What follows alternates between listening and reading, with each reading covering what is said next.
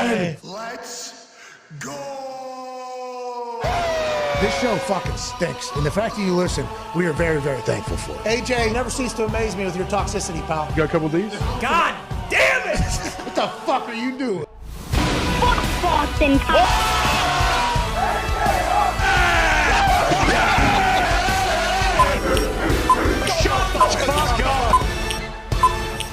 Hello, beautiful people.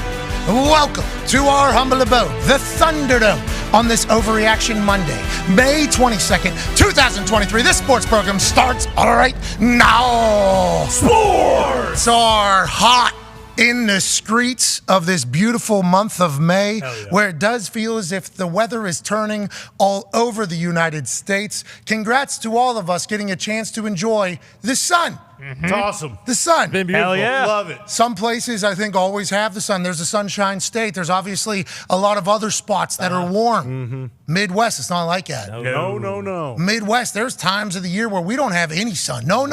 All we have is gray skies. And you think to yourself, how do I continue to be motivated with how shitty it is outside? Yeah. It actually has a direct effect on people's moods. Well, let those moods know that the sun has come out to say hello officially for the 2023 year. It looks like we are in a beautiful time to be alive, let alone with the weather and sports. We got the NBA about to have something happen that they could have never expected. No, they didn't. It is currently 3-0 in both conference finals. And on the receiving ends of the O's in the 3-0 record are the big teams that the NBA certainly would want to go. The teams with a storied franchise in generations and generations of fans and championships and big-time ratings, no matter what they're doing. Yeah. Instead, the Celtics down 3-0 to this Miami Heat team who's filled with a bunch of dogs who have taken everybody by storm. What is this team? What is that? Well, they got Jimmy Butler, and they got a group that has 4 undrafted players.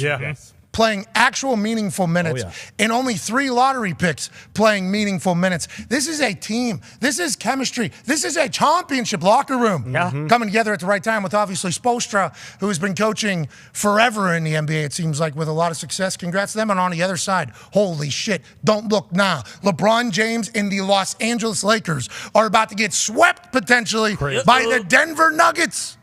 The Denver Nuggets. Unreal. Congratulations to Carmelo Anthony on his retirement. Yes, Melo. Hey, Melo. Shout out to the Nugs for sure. And shout out to Joker being the most talented basketball player on earth and us all getting a chance to enjoy watching him play basketball. Now, we didn't know that he existed for most of the year, even though he had won back-to-back MVPs. Us football sports stooges didn't really glance over at the Denver Nuggets. No. No offense, Denver. I think you could understand this in Indianapolis and other places. What's on TV at night whenever it's basketball, normally going to be LeBron and the Lakers in them. So you guys kind of get buried in that shuffle. Now, I know in your area, in that part of town where the games are very accessible and easy to find and watch, I assume the Nuggets have been known about by their fans that they are a fucking wagon. I will say that I did not know that going into this particular postseason. But watching them play is spectacular. Crazy. Joker's a bully. He's also incredibly talented. He's running point forward at this stage of the game, and he's passing the ball to a guy named Jamal Murray who's talking shit while burying people. It is unbelievable to watch this Nuggets team, and they're about to sweep the Lakers. LeBron James, Anthony Davis, Austin Reeves, who's an absolute dog. Got that knee sleeve on. He's obviously going to be a stud. Could have never guessed. You know, you walk into a room, there's 40 whites. Okay? Sure. 40 of them. And Austin Reeves is one of them. And they say, point at the guy who's going to be a fucking very wealthy dog in the NBA. You're not pointing at Austin Reeves. I don't think. LeBron did. No. LeBron did it first practice. Of course. But to get into that first practice, I don't know if LeBron would have been able to do it potentially. Probably. LeBron would have seen his brain from outside of his skull and knew that his basketball IQ was going to be what it was. But nonetheless, the Lakers, the Los Angeles Lakers, the one that has all the documentaries and championships and superstar fans at the games every single week and every single night, they're about to just get run out of town by Joker and the Nuggets. Crushed. And then the Celtics about to get run the fuck out of town. Dominated. But I think this, if people will be willing to listen, this NBA Finals should be a great clash. Absolutely. You got some real dogs, like very competitive, underdog mentality. Chip on the shoulder of both of them. Yeah. And then you're going to, I think it's going to be great basketball. Absolutely. Now, granted, everybody's just saying it's a matter of fact that they're going to get swept, and I'm kind of saying that as well because nothing has shown that it wouldn't be. Oh, whenever they get to the other arena, it's going to be completely different. It hasn't. No, it's the same. Same exact game, just a new venue, probably better weather for both of them. So it's just been a very interesting dynamic over there. And then the NHL 2-0-2-0 as well. Yeah. All games going to overtime, though, so you think that'll be a little bit closer. Sure. So the NHL and the NBA had a fantastic weekend. We'll talk about that all day today. Mm-hmm. But golf stole the show. Yes, it Goddamn did. right. Hey, congrats to Brooks Koepka winning his 5th major. Go, Brooksy! And baby Brooksy! Go, Brooksy! Woke up with the lead on Sunday, PGA Championship Sunday, and he'd never relented. Nope. There was a thought that maybe what happened at the Masters that he self-described in an interview as a choke. He was openly saying during this PGA Championship, what happened at the Masters was a choke. I ain't doing that anymore. Was talking to any golf person I think that would listen, telling them like, what's the difference going to be? Oh, I'm playing on Sunday. I ain't joking. I am not just like sitting back letting this whole thing happen. I'm going to continue to step on throats. And whenever they talked about, I think the second hole, it was the second hole par 3, he puts that thing literally within like 4 feet. Yep. Then there was another green that he attacked that had like a 6-foot landing spot pretty much. Yep. And he went for it when everybody else was going on the other side with a 2-stroke lead at the time. If he would have went for the big part of the green, everybody would have been like, smart. Hey, that's a really smart play. Instead, he's going pin seeking for it and landing it within 2 feet. He's draining putts whenever Victor Hovland was right next to him making putts, kind of stepping on his heel. He was spectacular throughout entire weekend, but definitely on Championship Sunday. Hovland played incredible golf. Obviously, Scotty Scheffler had a piss poor Saturday. He gets hot about hole 10, 11, I think, on Sunday. He starts making a putt, and it's like, wait a second. Scotty Scheffler's about to fucking get into this game. He did. He obviously ends up in second place. And then you got this PGA course pro that's giving lessons and is good. Let's not get crazy. You go to any of these courses, and one of these fuckers is out on the driving range, what they're doing with a golf ball actually makes you think every time you see them, why aren't you... Yeah, what are you doing here? Why aren't you playing on... and they're always so humble, I think, because they've been humbled by golf so much. They always go, oh, those guys are playing... I'm not good enough. The way those guys, it's night and day between me and them. It's like, I don't know what else you can fucking do here, pal. Aren't we just trying to get a ball, point A to point B? They're shaping shots on the range. And obviously, they have all the answers for every member that would like a lesson. And his home club being showcased back there was spectacular. So cool. But Michael Block was awesome. Stole the show. Comfortable, confident.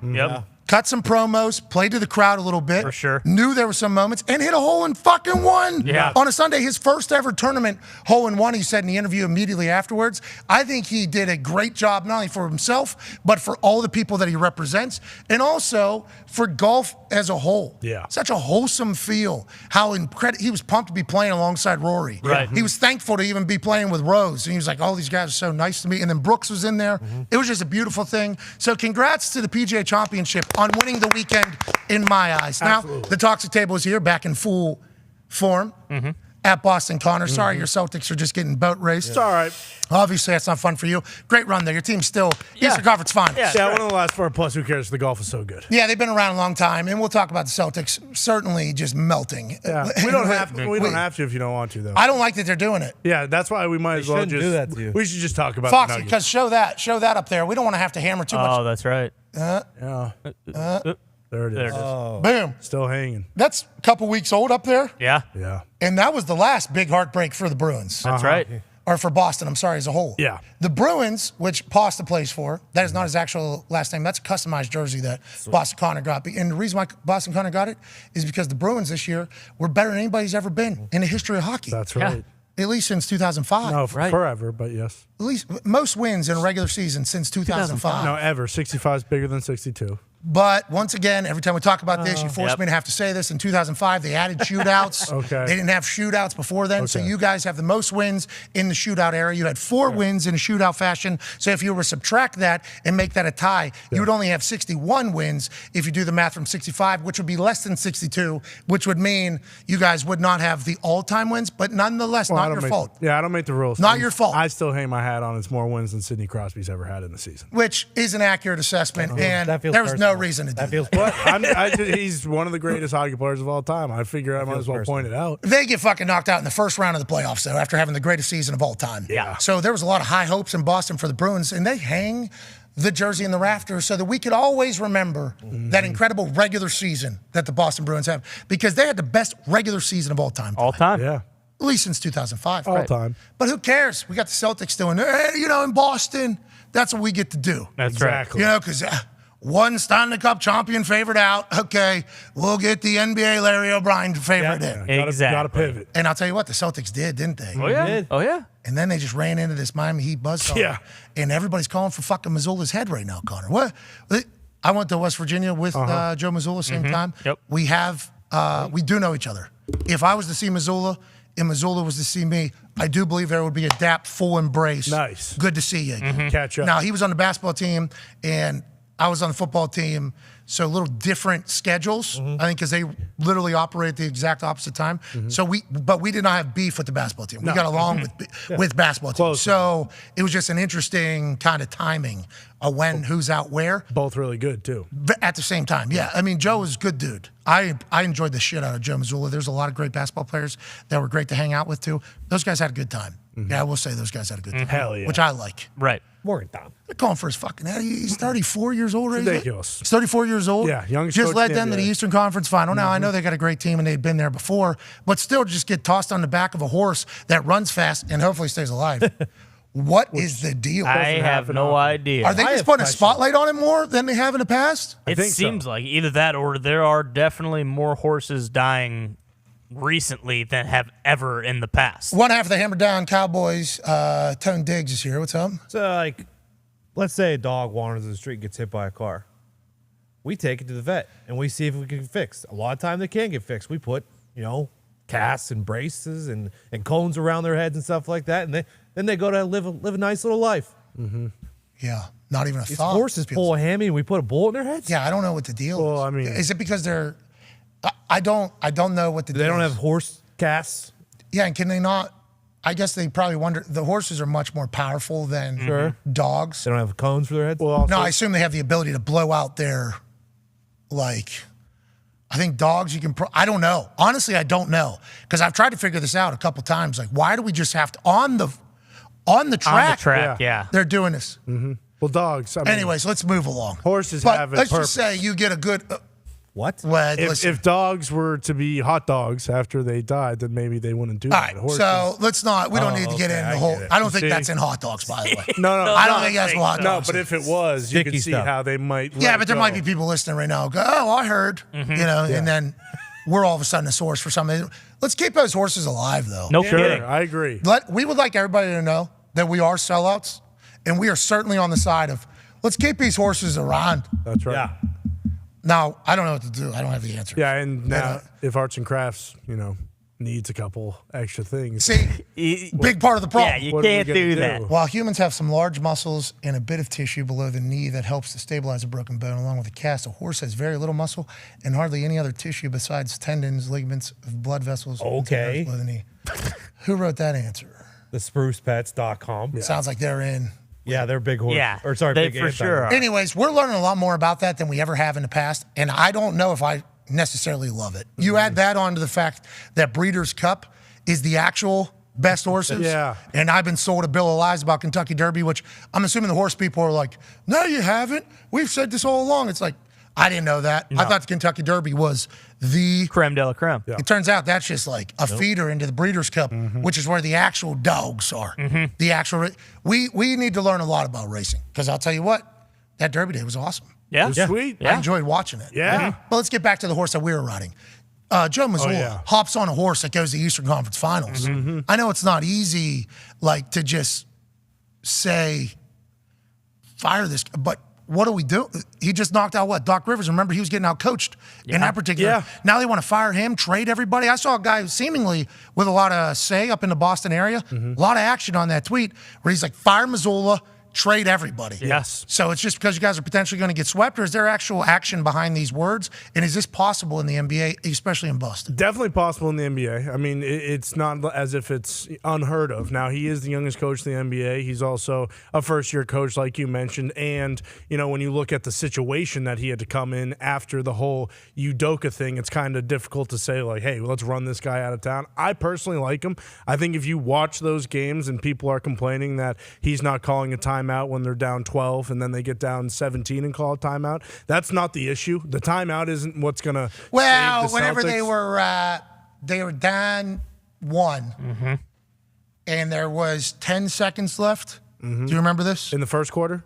No, it was at the end of the game. Marcus Smart hits a 3 right after the horn goes off. It was at the I think it was against the Sixers. Oh, yeah, in overtime. Yeah. Yes. So then I think that brought into the conversation of this guy doesn't fucking understand clock management. What the hell's going on here? Because if you call a timeout there, get a play in, you can potentially get 2 shots at it because you're only down 1. You foul somebody, it's 2 shots. You're still only down 3. You can get 2 cracks at it. They make the shot, but it's right after the clock ends. So now he doesn't understand timeouts. So I think that is something that is always going to be lingering now over his head because I actually agree with all the theories that they had. Now, if that shot gets off half a second beforehand and it falls, he trusted his team. Right. He understood they had a play already designed. They had everything already figured out for that. We practiced this exact moment 50 times this year. We were ready for it. Instead, it's this guy doesn't know shit or his ass from a hole in the ground because he's standing over a mirror like he's tearing digs every single Sunday night when he's about to nair his bottom. Right? And watch the town. Good night last night. Atta baby. Proud of There you. you go, Tony. Got sitting comfy over there. Yeah. But why is that I think that leads into everything that's being said now. Like every mistake he has ever made is obviously going to get spotlighted. Yeah. And he knew that when he took the job, I'd assume. And I wonder how much he thinks he could get better. Yeah, You know what I mean? I don't know how much they could get better. Like this is, I don't know, the 5th run with this team, and last year was the finals. The year before that it was the Eastern Conference Finals. So not going to the finals is a massive step down. But I don't think it's Missoula's fault. I mean, look, you mentioned the undrafted guys. 2 of their undrafted guys outscored Tatum and Brown by 20 points. Now, if Oh, yeah. Remember last week, everybody was saying you had a better jumper than Tatum. yes, Yeah. exactly. Do you remember that? Oh, yeah. Which is still not true, but they're not playing. Well, to we the, saw you make, You you did. make 4 shots here. Yeah, he was hot You have a this really morning. good jumper. Yeah, it was elbow was tight. Yeah, Yep. it's perfect. You know what I mean? It was like Joe Mazzulla taught you. It was. Yeah, He it looked basically like did. that. It essentially did. But no, Tatum is going to get paid $350 million. I don't know. What did Jokic just got 270? 270. Yep. I think Jokic has been paid once before. I'm not sure with the contract details with him, but for Tatum 315, for Brown 290, and they combined for 27 points. Like it's not happening. I don't know what the answer is. I don't think it's firing Missoula. I do think trading Jaylen Brown's probably on the table because it was early in the year with KD. So if they're already thinking about this, and now we're about to get swept, in the He Eastern wears the Conference- mask sometimes and then not other times. Yeah. And I saw him not wear it one time, then he had a bloody nose. Yeah, Is broke. he just the most unlucky face in the history of basketball? or- Yeah, by far. He broke an orbital bone and Oh. then put the mask on, liked the mask, kept the mask on, and then It looked cool. it does looked look sweet. nice. Yeah, it's like I Kevlar. would hate it, though. I don't think Yeah, depth perception and no way. he's mentally tougher than us. Yeah, probably. Maybe. Let's I mean, move on. We'll continue to talk about the Celtics potentially doing this and the Lakers because there's not a lot going on in our particular sport other than league meetings that are happening in Minnesota. We do have big news on this particular program. Ty's back from his suspension. All right. Yeah. Ty, how was the suspension? Suspension. It was all right. Decided on my little, and I appreciate you giving me the heads up, saying, hey, proactively they're going to suspend you. That's kind of just the way it is. Yeah. I don't love it, but it's what Don't is know what happening. you said. Yeah. Said something. Yeah, no idea. Bad side, So I went on a bachelor party. Really? Yes, I did. Yes, I Holy did. shit! You just found one? Yeah, yep. I just said, you know what? I'm gonna get out of town for a couple days, kind of clear my head, try to really look inside and see what I did wrong, see what I said wrong. So yeah, I went on a bachelor party, went down to South Carolina, had a good time. Really? It's mature Yeah. of you. So is there like an app where you just find bachelor parties just to Yep. like boom. just I tag just- along with? I just went on Reddit and just said, hey, fucking anybody got a bachelor party this weekend? and it was happened to be a guy you knew. Yeah, bingo. It's funny how things work out that way. It's amazing when you're looking for something what you can find. Absolutely. Amen. So, yeah, it was great. I mean, and again, I did do some soul searching. I didn't really come up with anything on what I may have said that Oh, was we were over trying the to. line. We Yeah, couldn't- wait, I thought during your travel you had some time to reflect. Well, I did. I mean, the travel absolutely stinks. And I'll tell you what, really, it's not your fault, but because we've flown private so much and you get a taste of that and then you go back to and just have any kind of issues traveling, It's just Oh my God! Look at how There's small nothing you're worse. a sellout, dude. Hold on, I hate to break it to everybody. about that? You just sold out. No, I'm fully aware. When it comes to private aviation, I will sell out every day and 10 times on Sundays. It is a game changer. Oh my God! This guy Ubered 3.5 hours. Oh, is that Yeah. right? And but it was a nice car. You said, like an You got a big, like a big Premier. SUV. Yeah, it was like a 2005 Toyota Corolla. Oh, nice. Yeah, just reeked of Newports. So yeah, it was. It Well, was that's actually kind of bad. nice. Yeah, no, Yeah, well, that'll wake you up a little bit. yeah. I told the guy, I said, hey, listen, you wanna burn some heaters in here? Go right ahead. Roll the windows up. yeah, exactly. Hotbox this Exactly. bitch. Joining us now is a man who hotboxes every car he's ever been in. Mm-hmm. Hell yeah. I got a chance to meet him during the college game day this past season. He worked for 9 years at the New York Times. Damn. Was up for a Pulitzer, I believe. that's a real one, right? Yeah. Yeah. That's Oh, yeah. a real award. Oh yeah, Very. That is not like a makeup fake. Pulitzer's one that when you win it, you're like super pumped. Oh yeah, that's an Oscar in his profession. Holy shit. He didn't win it, but he was certainly up for it. Nominated. 9 years at the New York Times. Now he's at ESPN. He knows everything that you need to know about college football. He is the authority. Ladies and gentlemen, Pete Thamel. How are you, buddy? Pat, I'm great, man. Great. Grateful to be on the program. Hey. Did I say that right? Yes, you did, Pete. What? So I didn't know you were up for a Pulitzer. Bad teammate on game day. We were around each other every single week for like 12 weeks. I didn't mention this one time. You were up for a Pulitzer. Did you save the world? You saved the world? I didn't save the world. I just wrote about college football, and since I didn't win, it's sort of embarrassing. You know what I mean? It's like it's like it's like the third cow in the county fair or something. So, but yeah, it was. There was just college sports are just so filled with like ridiculous things, Pat. I think, as you know, as a former, obviously a former West Virginia Mountaineer, and you've seen how just drastically the world has changed, right? In the what's it been, 15 years since you were foot hit ball. I mean, it's like a totally different environment, right? Like it's Actually, just everything's changed. So. Hey, Pete, you did your research. It is actually 15 years. You know more about me than me, which is why you are the authority. And you should be pumped that you were nominated. I'm a Hall of Fame nom. That's I'm going to right. stay That's right. forever. That's right. Nominated for never going to get in, but I am going to be a nominee forever. And I'm like, that's a big fucking deal. Being nominated for a Pulitzer, good on you, pal. Let's talk about the world right now. The reason why we are chatting with you is because you and your family, wife sent my family a gift for baby Mackenzie. Nice. Magnetic connecting. Ooh. We talked about the snaps. Yep. The magnetic one, game changer, he sent it to the family. And at the same exact time as us pretty much opening that, you had just released an article about the Big Ten's TV rights. So it was literally our entire world kind of coming together. So I sent you a text and I said, hey, Pete, is there any way you could come on the program? We talked to you a little bit. The Big Ten is in an interesting spot right now. Seems like their new deal that's about to take place with the NBC community with Peacock and live on NBC and I think USA, I think there's other things that could potentially fall into the NBC platform, the Peacock world. I guess this has ruffled some real feathers with the X-Fox deal, and now there's $40 million that every school has to pay back. Is that real? And how do they get through this, and how do some of these schools survive? That feels like a lot of money from some places.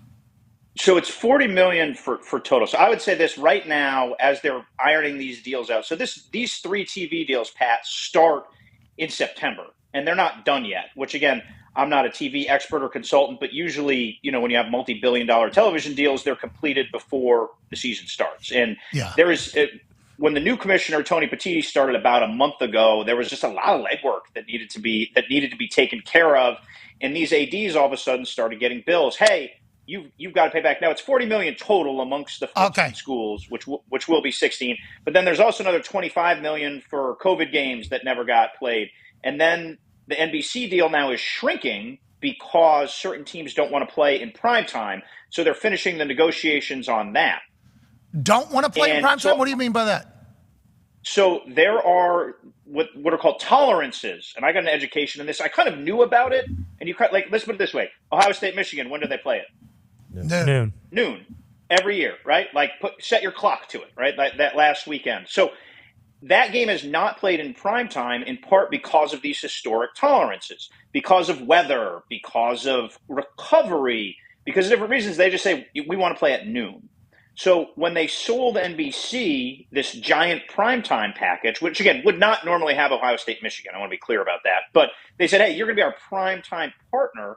Ohio State, Michigan, and Penn State were like, wait a minute, we have these historic tolerances where we don't play at night. Now, some of it is like if you're the AD at Penn State and it's November 17th and there's a blizzard. Anybody ever been to Penn State? Like it's cow paths and one lane highways and it's. Oh no, I didn't know. One more. I didn't know what all you were going to say was there, Penn State. I didn't know how far Pulitzer. Well, there's not much there. It's a rural community with a giant football stadium where people come from hours away. Happy birthday, AQ Shipley. Yep. Happy birthday, AQ Shipley. Thank you. Happy birthday, AQ Shipley, Penn State royalty.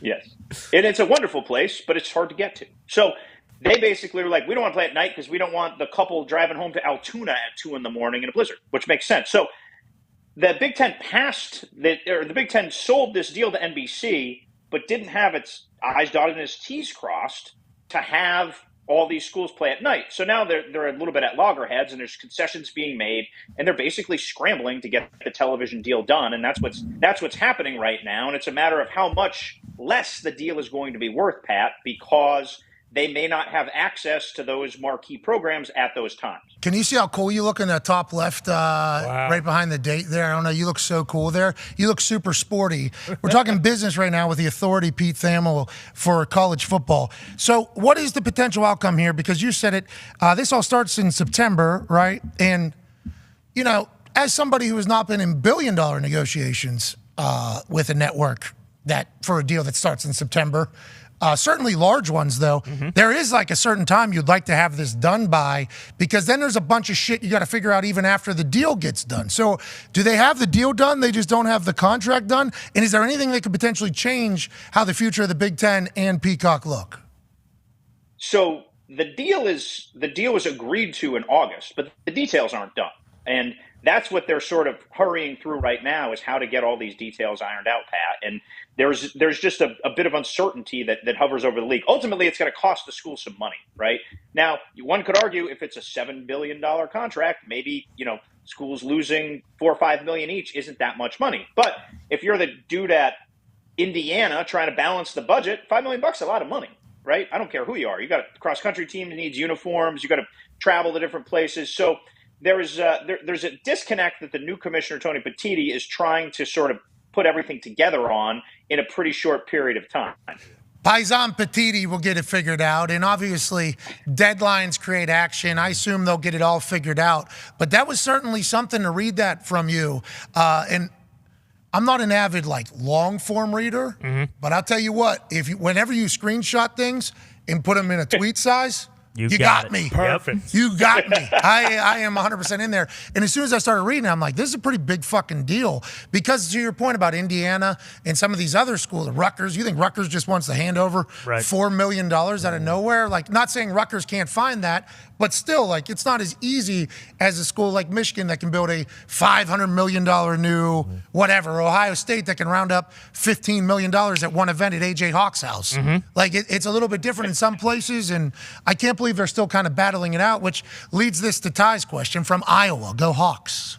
Go Hawks is right. Pete, did Kevin Warren kind of screw over the Big Ten then on his way out? Was he privy to all this stuff going on and kind of just dragged his feet a little bit? Because like you mentioned, if all that stuff is supposed to go in effect in September and they're still working out the kinks, that kind of puts everyone in a precarious spot. So did he screw them over intentionally? I think I would say that there were a lot of loose ends that weren't tied up. And when the deal was announced about a year ago, I'm sure you guys remember, there was a lot of thunder, right? Historic this, and there was a lot of excitement in the league that we're going to be, the biggest and the best. And when Kevin Warren, I want to say he was up for the job late December, took the Bears job in January, actually left for it in April.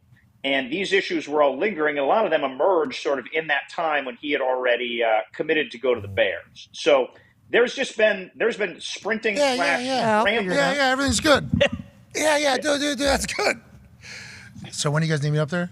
Go Bears. Yeah, bear down. Hell yeah. I can do whatever you Look what I just did. That's a wild thing. Can't blame him. No. He's in the middle of a job transition as well, but this is a massive deal. How much money was it? Do we remember? Was that publicly stated? And did NBC bid the most? Is that how they won the Big Ten rights here? So NBC did not bid the most, and this is really deep in the weeds. But essentially, Fox/the Big Ten Network actually owned all the rights through this decade, and the NBC deal and the CBS deal were sublicenses off that deal. So Fox in 2016 / the Big Ten Network bought everything for a decade plus. And so for the remainder of this deal through the rest of the decade, Fox had actually owned it all. And then they had to sublicense it out, but Kevin Warren, as Big Ten commissioner, was sort of the front of those negotiations to do so. So it's sort of this complex web where the Big Ten didn't actually own the rights to the Big Ten content for the Big Ten TV deal. But the Big Ten was trying to get more deals?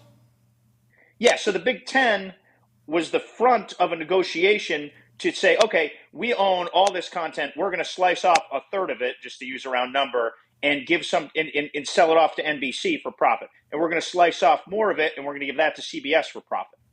And Fox Fox had to agree to that, I assume? Correct. Yeah, so they were partners in the negotiation in a lot of ways. So, for example, the $40 million that you mentioned, and this was a big point of contention, Pat, was that Kevin Warren said to NBC, hey, if you become our primetime partner, we'll give you the 2026 Big Ten title game.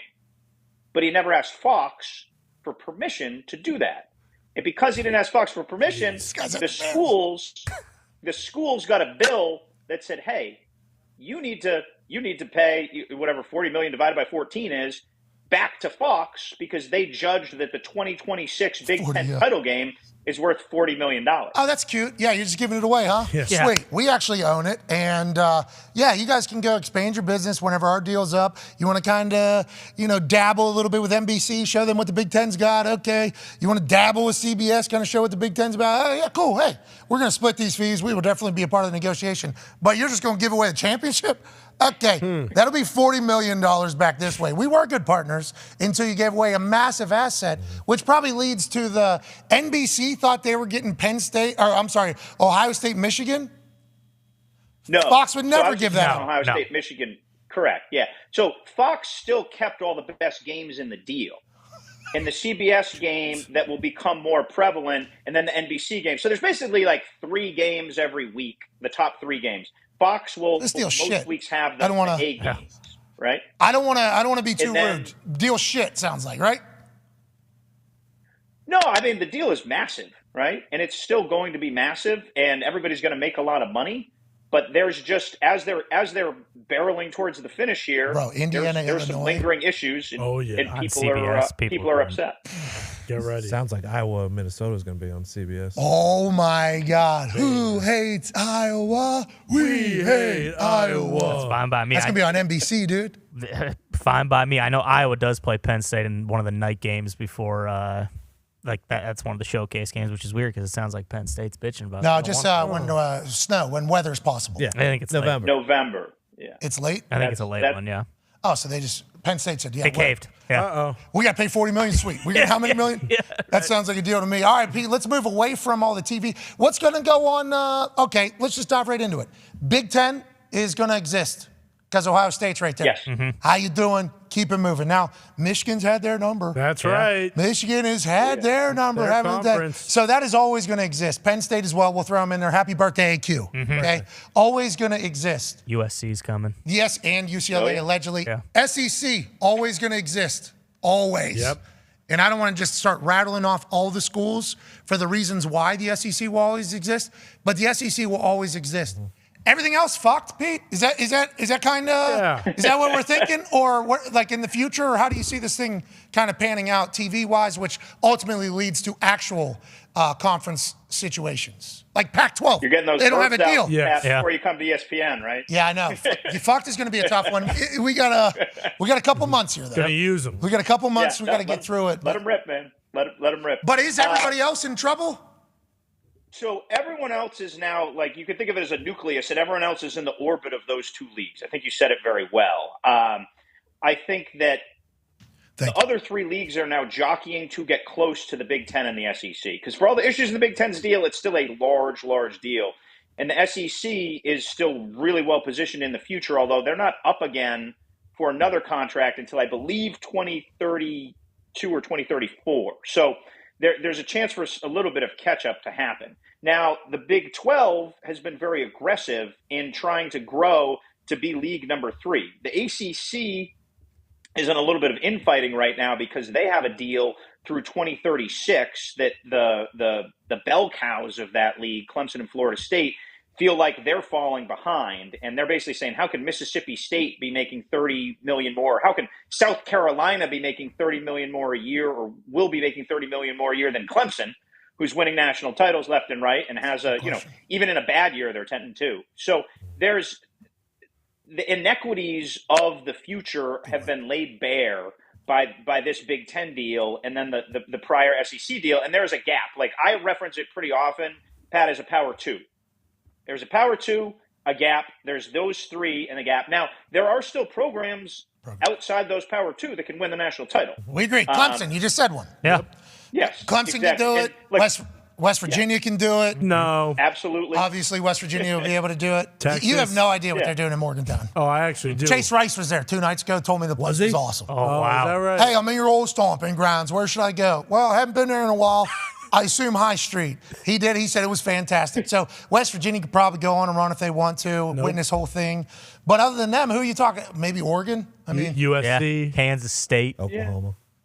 Texas. I think Washington is in that conversation this year, especially Pat.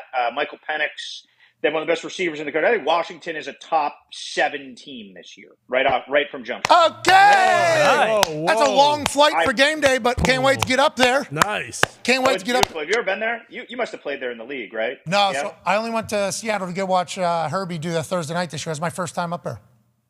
Okay. I think Seattle's one of the great cities in the world, and that environment where you got the boats, it would be an opportunity for you to do another backflip, Pat. So, because you got the boats sailgating right on the water there. It's Washington. Yeah, Washington is one of the elite places to go see that. But the irony of the Pac-12 sort of in this moment of time with USC and UCLA going is this is the best season, top to bottom, of Pac-12 football going into the year in my 20 years doing this. I don't think there has been a better. And they don't have year a deal, of right? Pac-12. And they don't have a TV deal?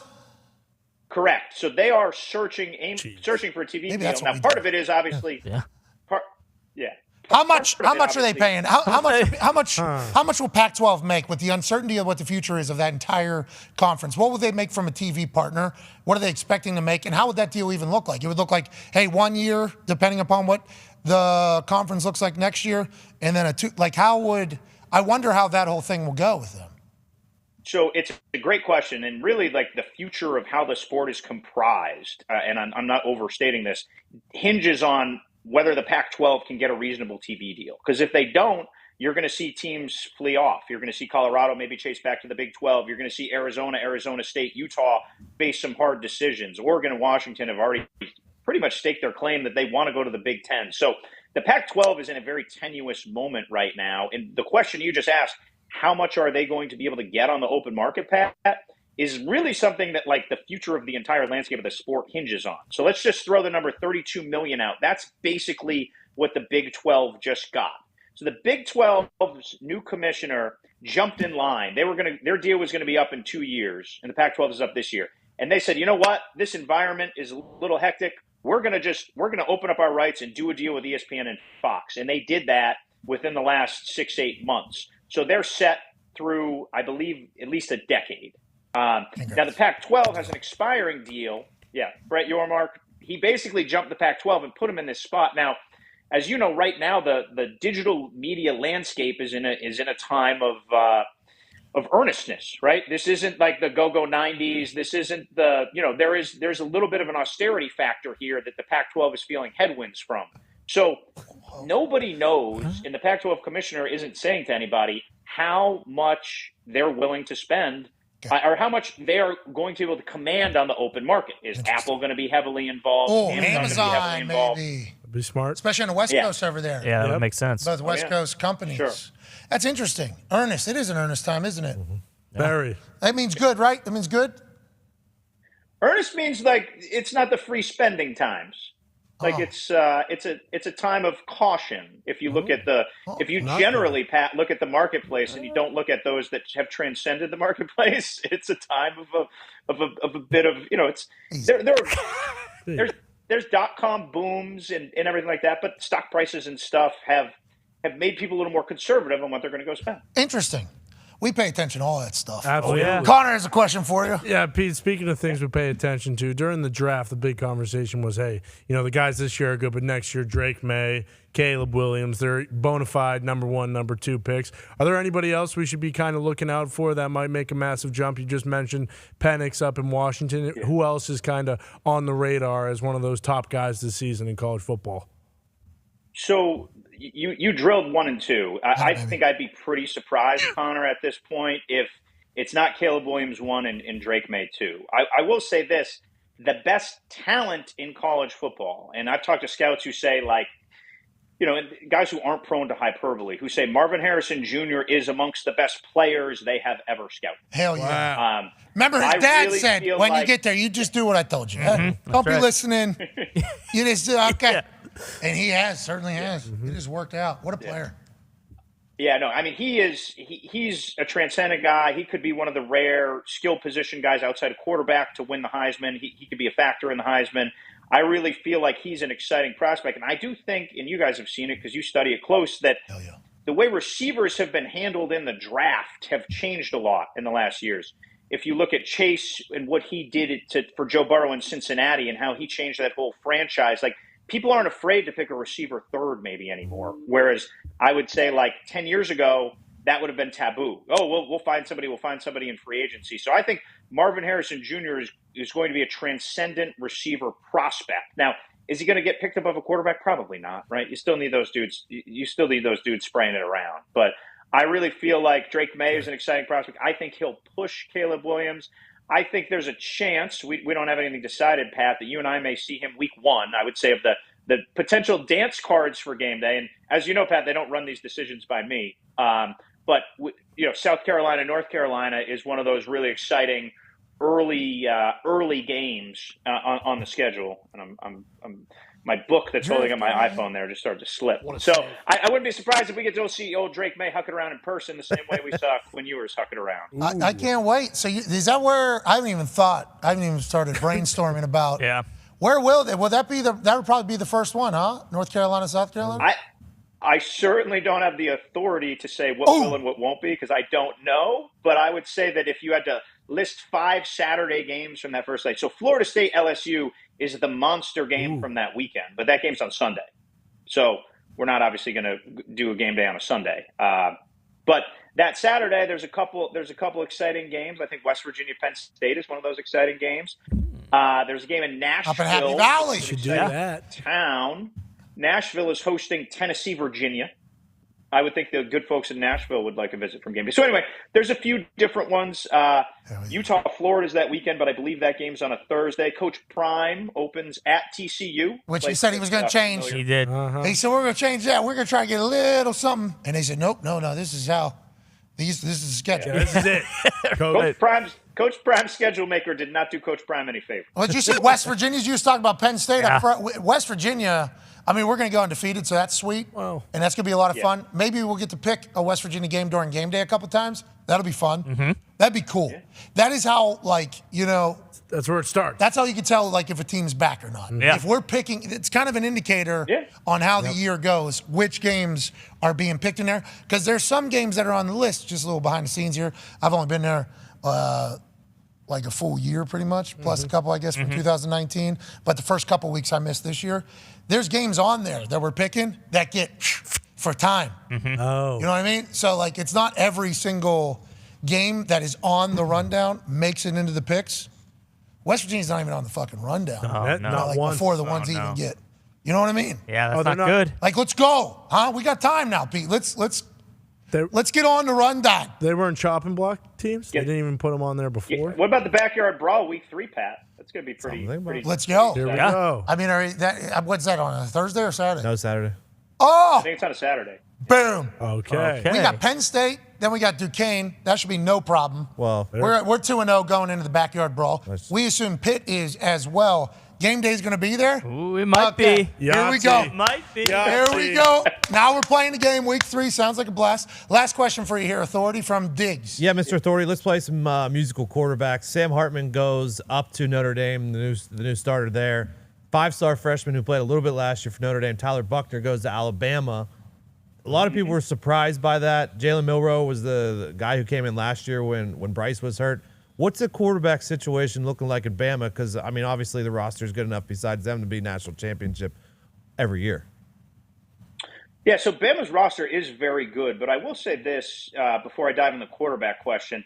When they were running, like 2020 was one of the great teams that I've ever covered, they had 3 first-round picks at receiver.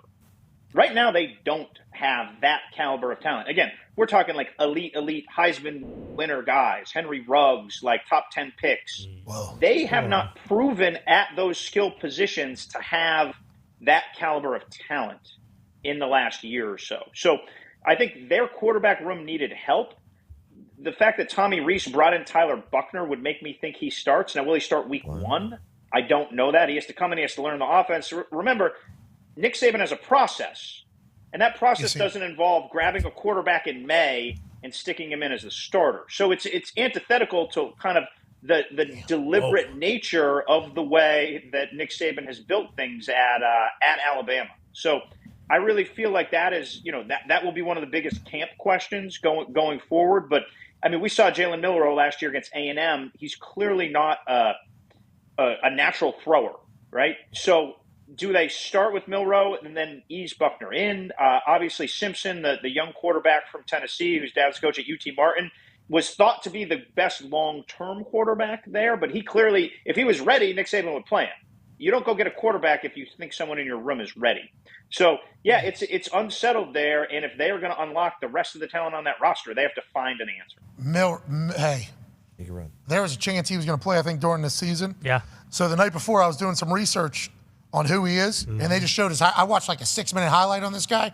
I'm like, of course, Alabama has this guy just fucking sitting the bench right now. This guy's just sitting there, and then he gets in and throws a couple picks, a couple errant throws. It's like, all right, well, let's get an offense coordinator that, wants to make this work. Last question here before we let the Authority go. You used the word antithetical? Yes. Is that so? Like, right now you're trying to do that shit, or is that like? Is that everyday life? You're dropping antithetical, like standard conversation. We're getting coffee. Yeah. Somebody asks a question about something. Antithetical potentially being used in conversation there? Yeah, when I'm changing my 15-month-old diaper, I say, Teddy, you kicking your legs is antithetical to me successfully getting this diaper change executed. Man, Okay. what a legendary day out of you today, Pete. You said like 15 things that were just far beyond my education level. Yes. You're the man. We appreciate you so much, pal. Hey, Pat, appreciate you. Welcome aboard to you and everybody there. Hell yeah, we're lucky to be here. Oh, have you talked to Saban about how pissed he was at Pollock for what Pollock said after the national championship? Where he said, hey, Saban, sorry about it. Yeah. I think that'll do. Yeah, about Alabama no longer being the Kings. He didn't say that at all. I think he just gave a very standard breakdown of what the state of football. But the internet certainly ran with Pollock dunking on Saban. Has Saban taken it that way at all? Have you have any inside sources over there? I have not asked him that, but I think Saban is a pragmatist at his core, and I think that that was on purpose. But Georgia's won the national title 2 years in a row, right? Pretty good. And Georgia did so by beating Alabama. So I think Nick knows where the goalposts have changed, and they're chasing him now. A person who's guided by more practical consideration than by ideals. What a spot on delivery of the word, ladies. Saban. Hey, that is to a T. He's a pragmatist. I've always said that about Your him. dictionary guy goes like 4.2. Quick. ZD Baby's got good hands out there. We appreciate you. Yeah, that's light. Ladies and gentlemen, the Authority, Pete Thamel. Thank you, buddy. Yeah, Pete! Antithetical, pragmatist.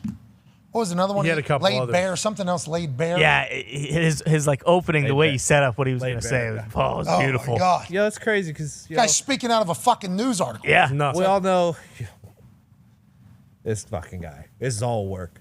What? I mean, you hear how he talks to us and how talks. He doesn't say a word fucking correct in 3 days, but he can pick those words out of Pete's mouth and spell them perfectly into a computer so I can pull them up. Ooh, That's a fair point. Tony. great point. Hold the phone. What we're talking about is a little inside baseball here at the office. ZD Baby will say the wrong word, 8 to 9 times out of 10. Yeah, usually. And just kind of just roll with it. I ain't defining them. Yeah, but that is the thing. You being able to pick what the word was, how it's potentially spelled, would kind of be antithetical to how you normally operate with words. That's Absolutely. And that is something like, I don't want you to get too emotional because I don't, you should be a pragmatist in this whole thing. But that is not something, you're right, Tone. Now that you pointed out, antithetical is not an easy. And there's no way at Google suggestions popping up to anti in a Google suggestion. Yeah, maybe anti-ethical. Antitrust. Man, think of the Google suggestions that could be. That AI is reading your cookies. That one's trying to see, what are we anti? Yeah. You know what I mean? That's a 2-word thing. That ain't one. For him to, the whole, you're right, Diggs.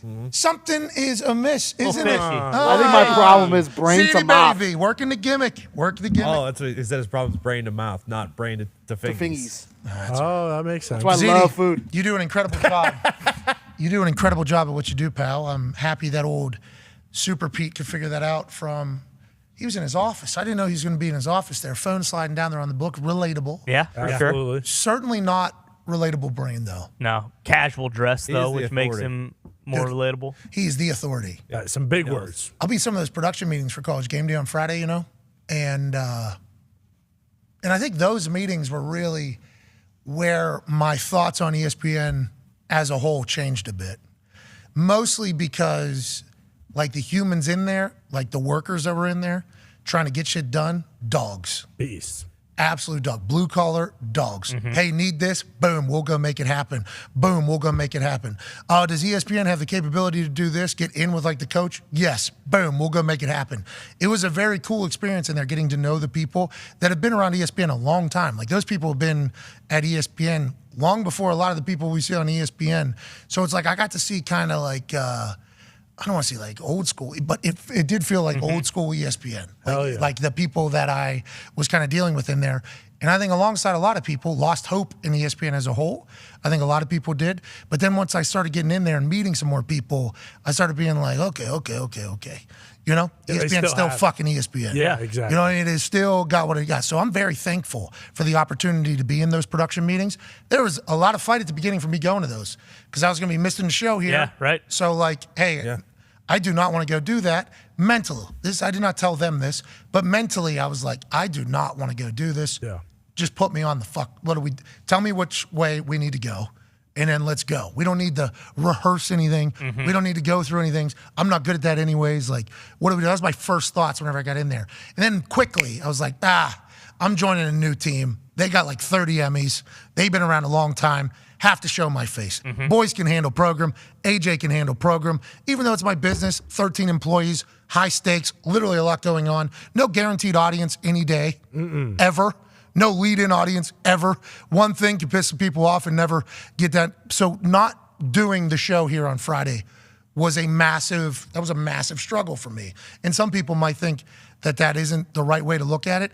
It was. And then once I realized, like, I had to go earn the trust of everybody at game day too, it was a quick decision. I was like, no, I got to fucking be there.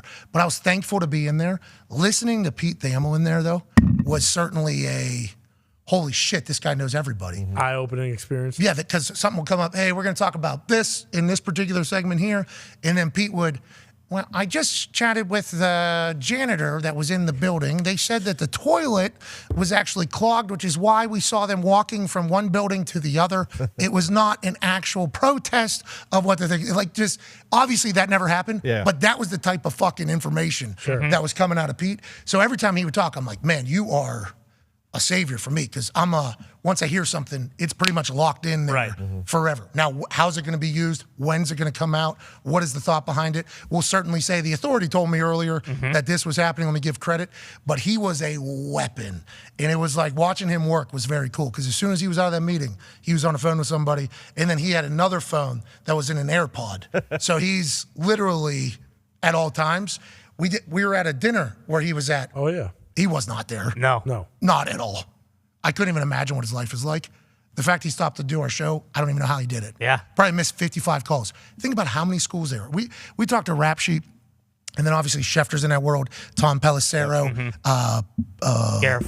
Garofalo, also Fowler, I think. Fowler's in there. Fowler's in that world. Rossini. Rossini's in there. Whenever, she just comes in and kills the game for like a month. Right. And then just Dibs. kind of bounces out. Yeah. They got to deal with 32 teams with a lot of similar people in positions of power. Yeah.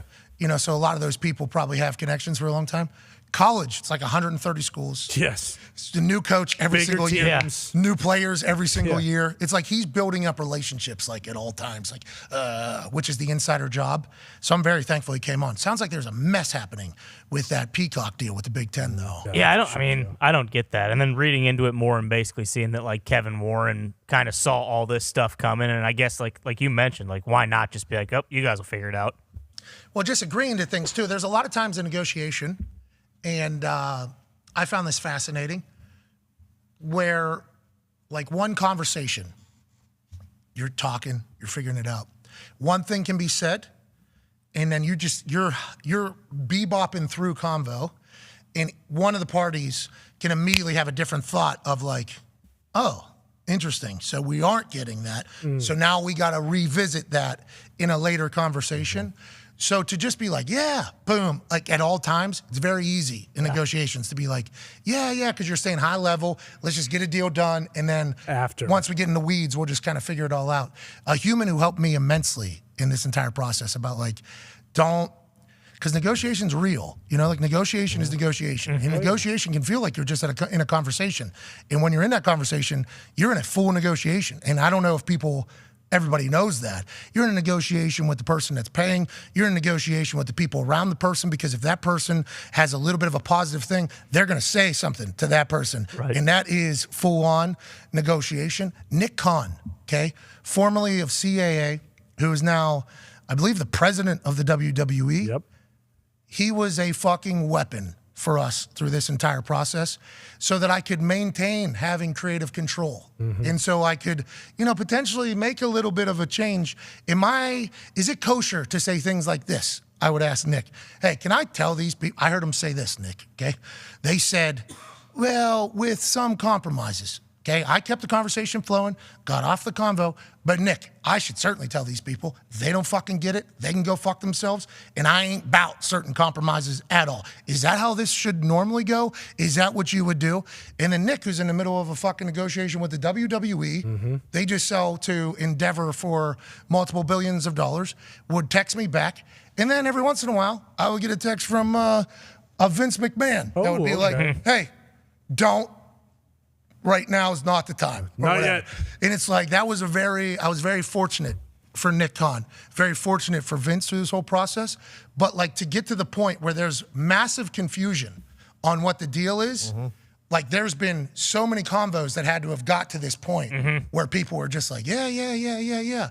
Because these happy conversations that are talking about what the future could be together and what it would cost and everything, those are all happening in convo. It's not like, this is my number, this is my number. And then, I'll see you next week. Like, that's not how fucking negotiation goes. No. That's not how, concepts of the show go. That's not how what the fucking games are going to be that you're actually going to be paying for. Like, that all happens in a lot of combos. So since they're at the point now where it's like, nah, it's like that feels like there was some real fuckery going on. Big time. And I would assume that there's a side of that negotiation that isn't exactly thrilled. And that would probably be Peacock. But I'm not going to speak for them. I'm not saying it. But to hear Indiana, Illinois, no offense. No, but that is what I thought, and I'd forgotten about it. But because Ohio State, Michigan, in my head, as soon as I heard Big Ten's going to NBC, it's like, well, there's a home run. Yeah, genius. Right. That's a massive sign. Yes. Penn State, Wisconsin night game, or any of those, but the CBS ones, that's where people had been expecting to see Alabama and Georgia play, or it was the big SEC game. Yeah. And now, no offense to the Big Ten, the bottom of every conference has, I don't want to say no name because they certainly are a good group of group of men out there. Right.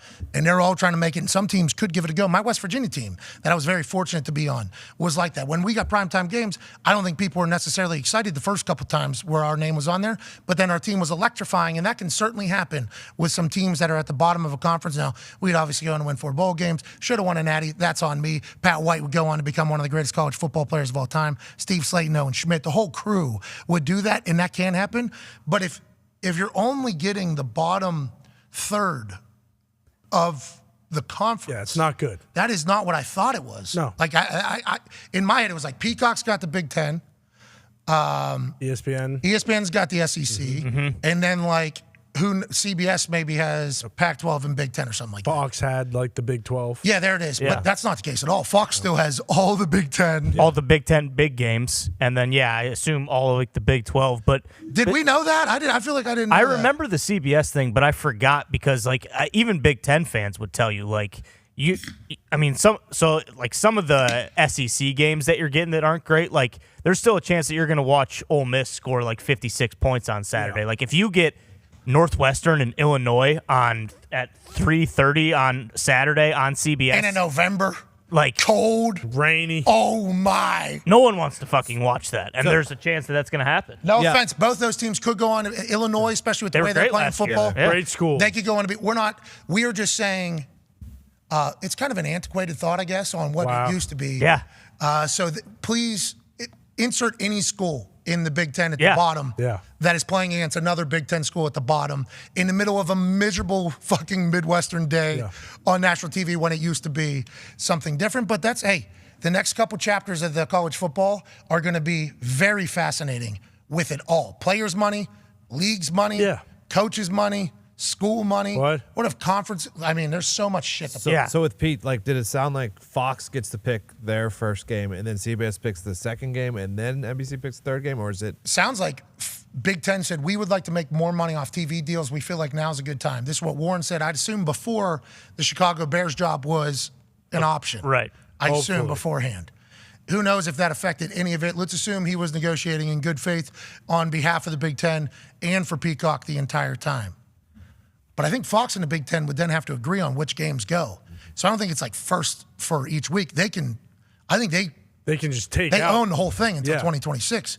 They can say these games are completely off the table. We actually own it. You sold the right to ownership. So if you want to go into business together, make some more money, and think we can sublease these things, I'm cool with that as well. And if you're Fox, why would you give up? No chance. Your marquee games, yeah. Week to week, I haven't seen it yet, but it says the Big Ten championship game will rotate In 2026? So Fox, CBS, and NBC over the 7-year duration of the agreement. Fox will get 2023, 25, 27, 29. CBS gets 24 and 28. NBC gets 2026. So the NBC one was the $40 million one? Is that what? Because you said, Yeah, and they you only said get one. 2026 Big Ten championship. Fascinating. Let's get to a break. Hour 2 will be on the other side. Pete Tham will put this tweet out, and he got me. Yeah. Oh, yeah. Got me. Perfect. He knows. He knows. I'm going to look at the photo anyway. Any photo you post on there, if I'm interested in the tweet of the photo, I'm going to look around that fucking photo anyways. Yeah. Yep. So if it's just words, cool. At least I'm getting a little direction. Yeah. You're exactly. looking around it, and if it's just words too. Well, if it's picture, though, you're looking at where are we? So zooming in. Did you happen to see that one guy who got fired from his job, or he quit his job, and he was a graphic designer, and he's been putting Bush's baked beans in every single graphic that he made? So like he posted a bunch of them, and he was just like, "Hey, good luck. He got fired for that? Happy hunting." No. He left before. After leaving, he made the announcement, "I will be, stepping away. Also, there's Bush beans in every single one of these graphics. Good luck finding it." That's awesome. Yeah. That's genius. It is. It's a little tag. Yeah. I like it. The old Bush's Bean graphic designer. They were tough to find. Took me about an hour. Those are always the best back of cereals Oh, yeah. Yes. to search. Fruity Pebbles had a good one. Yeah. They had a really good one for a bit. Then they got too easy. Hey, too easy. They dumbed them. All of them. All of them. Dumbed all of them down. Well, that's life. Yeah, everyone wants a winner. Says the Cowboy. Well said, Tony. Let's get to a break. AJ Hawk will be on the other side. Can't wait to hear his thoughts on the Big Ten being in absolute chaos right now with all the big games being okay because they're Yeah. going to be on Fox. Right. So the ones that make money going to be on one particular network. We did not know that. I did not know that. Plus, AJ, what's going on around the NFL? I saw Bryce Young in his Carolina Panthers uniform. He looks sweet. He looks so cool, dude. Yeah. Great uniforms. There's a lot of that going on in the NFL right now, honestly. Yeah, a whole lot of nothing. Yeah. Big Ben. Oh, yeah. Boom. That's what we stick around for. Yep.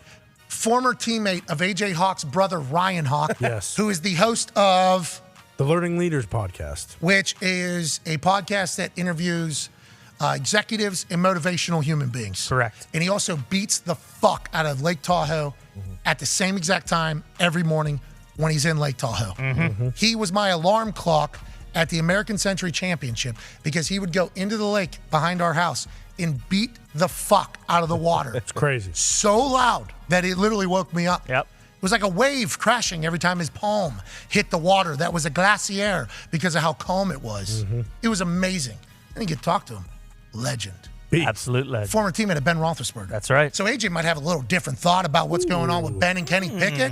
Ben didn't like Kenny Pickett to begin with. No. That's the story. No, it's not. You know it's not. That is the story. Hey, we're going to ESPN. Well, that's a good tease, though. At the beginning, Ben hated Kenny. That's right. That's true. That's just true. His words. That's not what he said. His That's words. that could be true, though. Yeah. If we were to leave it as that, There was no that is a personal- true statement. We'll talk about it. Ben hated Kenny Pickett. Messed Might up. still hate him. Wow. Yeah. That would be not, wrong. Not really. We gotta Gotta reel that in. Might Pull that back. still- redact. We Yeah. gotta redact that. Yeah, you can from the redact statement. that one. That is not true. Might still hate the idea of him being successful. That's not true either. That could be true. I said might. Oh, there's a possibility that There's deep not. down. Boom. Yeah. Bingo. Yeah. There is. That's because we're going to ESPN. So I mean, well, yeah, we got to get acclimated. I mean, what are we talking about? But Daryl Mushnick, he's not happy. No, he's never happy though. Mushnick is not happy, dude. Fuck that guy. Whoa. Jeez Louise. Obscenity laden I was witches gonna say exactly. to that man. He was awesome. But in Mushnick's all- I enjoy. I'm starting to enjoy Oh, yeah. a pretty good amount. Full turn. It's going to keep going, you know. Yeah. It's only going to grow, and we have to accept that as well. And I'm talking to me mostly, but all of us. We're about to be on every single television in the United States of America. Yes. There's going to be people that hate us. Yeah. Fucking Ron Mushnick is not going to be happy. Listen, Ronnie, his friends, Bud. there's a lot of people that don't even know that they're going to hate us yet. Oh but- boy. We're going to have to get used to that. And right now, our people hate us. That's right. So this is like a good warm-up almost. But we just got to, this is our lives now. Yeah. Another This is coat what on it armor. is. Yep. This is good. We worked our asses off to get to this stage. That's right. Amen. We wanted to get to this stage. Absolutely. Actually, we did not. Would have been cool a couple stages lower. Yeah. Well, But since we're here, fuck it. for every Phil Mushnick not being happy about it, there was a Ron. Ron, Phil, Jeff, whatever his Actual fucking name name? is. I think it's Phil. Phil. Hell yeah. There's always the other side of it, which was there was a glowing, beautiful piece written about us in the Las Vegas Journal-Review. Hell yeah. Thank you. And not to mention, there was another great piece that came out this weekend from Stone Cold Steve Austin. Oh, my God. Yeah, true. That true. was sweet to read. All right, let's get to a break. People have been very kind. People have been very rude, but I think that's our life now. Yeah. Dana Bingo. wrote about us in the Las Vegas. I don't know if Dana does hate somebody in that. Remember, they wanted. I don't know. The guy who wrote it said he watches every day, and he's basically saying, like, this might be the #1 Golden Knights show on the internet. That's the truth. He knows. Hell yeah. He knows. No doubt about it. Dude, we had fucking Stoner on. He He, said- scored. Yeah, boom. Maybe Stoner. No big deal. We were watching practice live. Tough week. They look good. Let's get to a break. Yeah, AJ go Hawk will be Pete. on the other side. David Faraday as well. Oh, hell Okay, yeah. Dave. Talking golf. All right, be a friend, tell a friend something nice. Take 5. 5.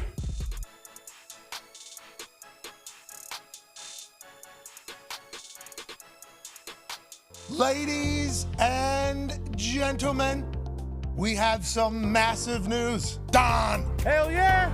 Yeehaw, buddy! And last but not least, our show will be moving into a block format. So the boys in the back will have their hands full with the A block, the B block, the C block, and the D block every damn day.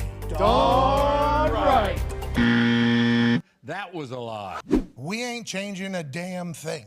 That was literally the starter for every conversation with everybody this Up to Something season. Dead middle, probably, of Up to Something season right now. And I must say, it was a wild Up to Something season this year. Everything's moving and escalating quickly, and the only reason it happens is because you people watch.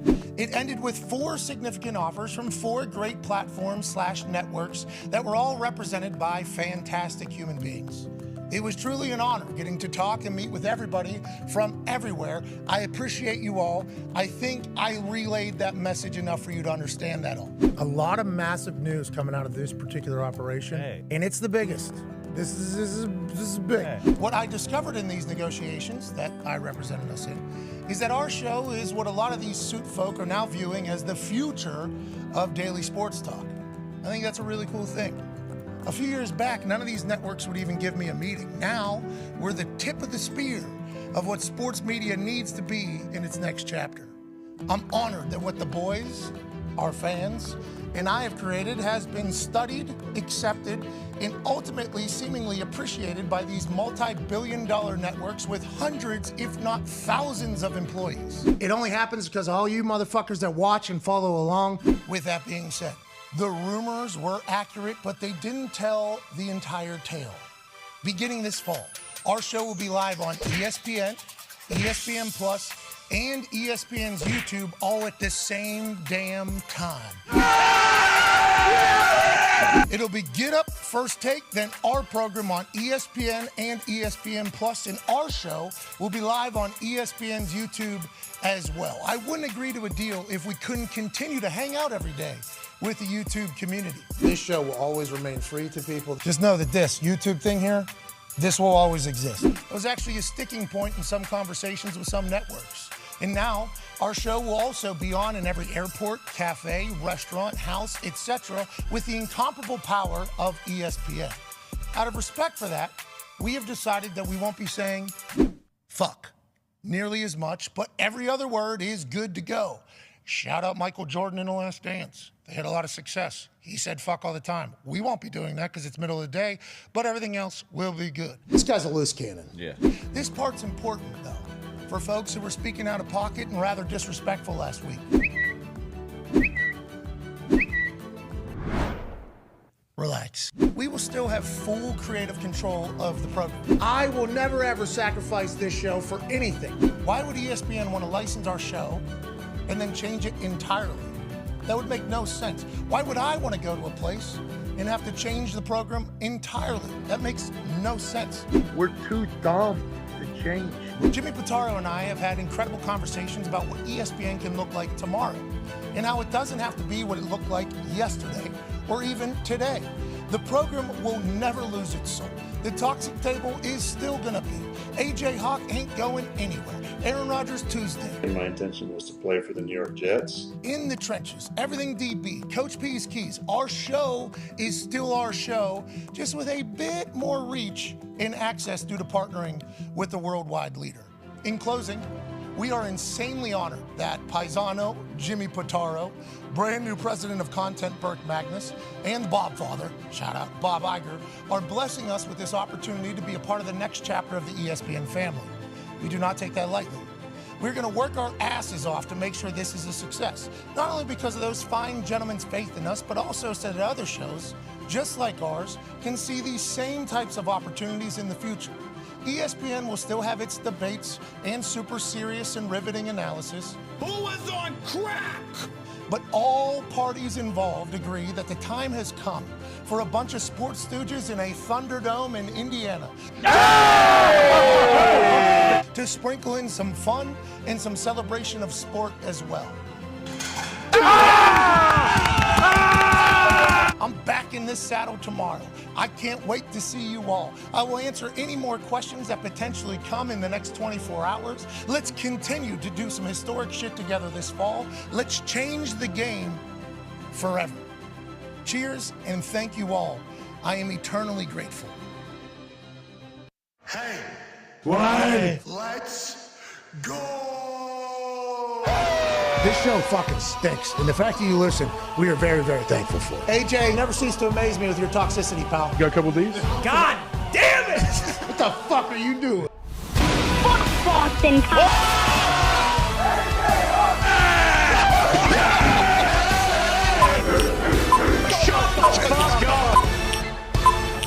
Hello, beautiful people. Welcome back to our humble abode, the Thunderdome, on this Overreaction Monday, May 22nd, 2023. Hour 2 of the program starts right now. Sports!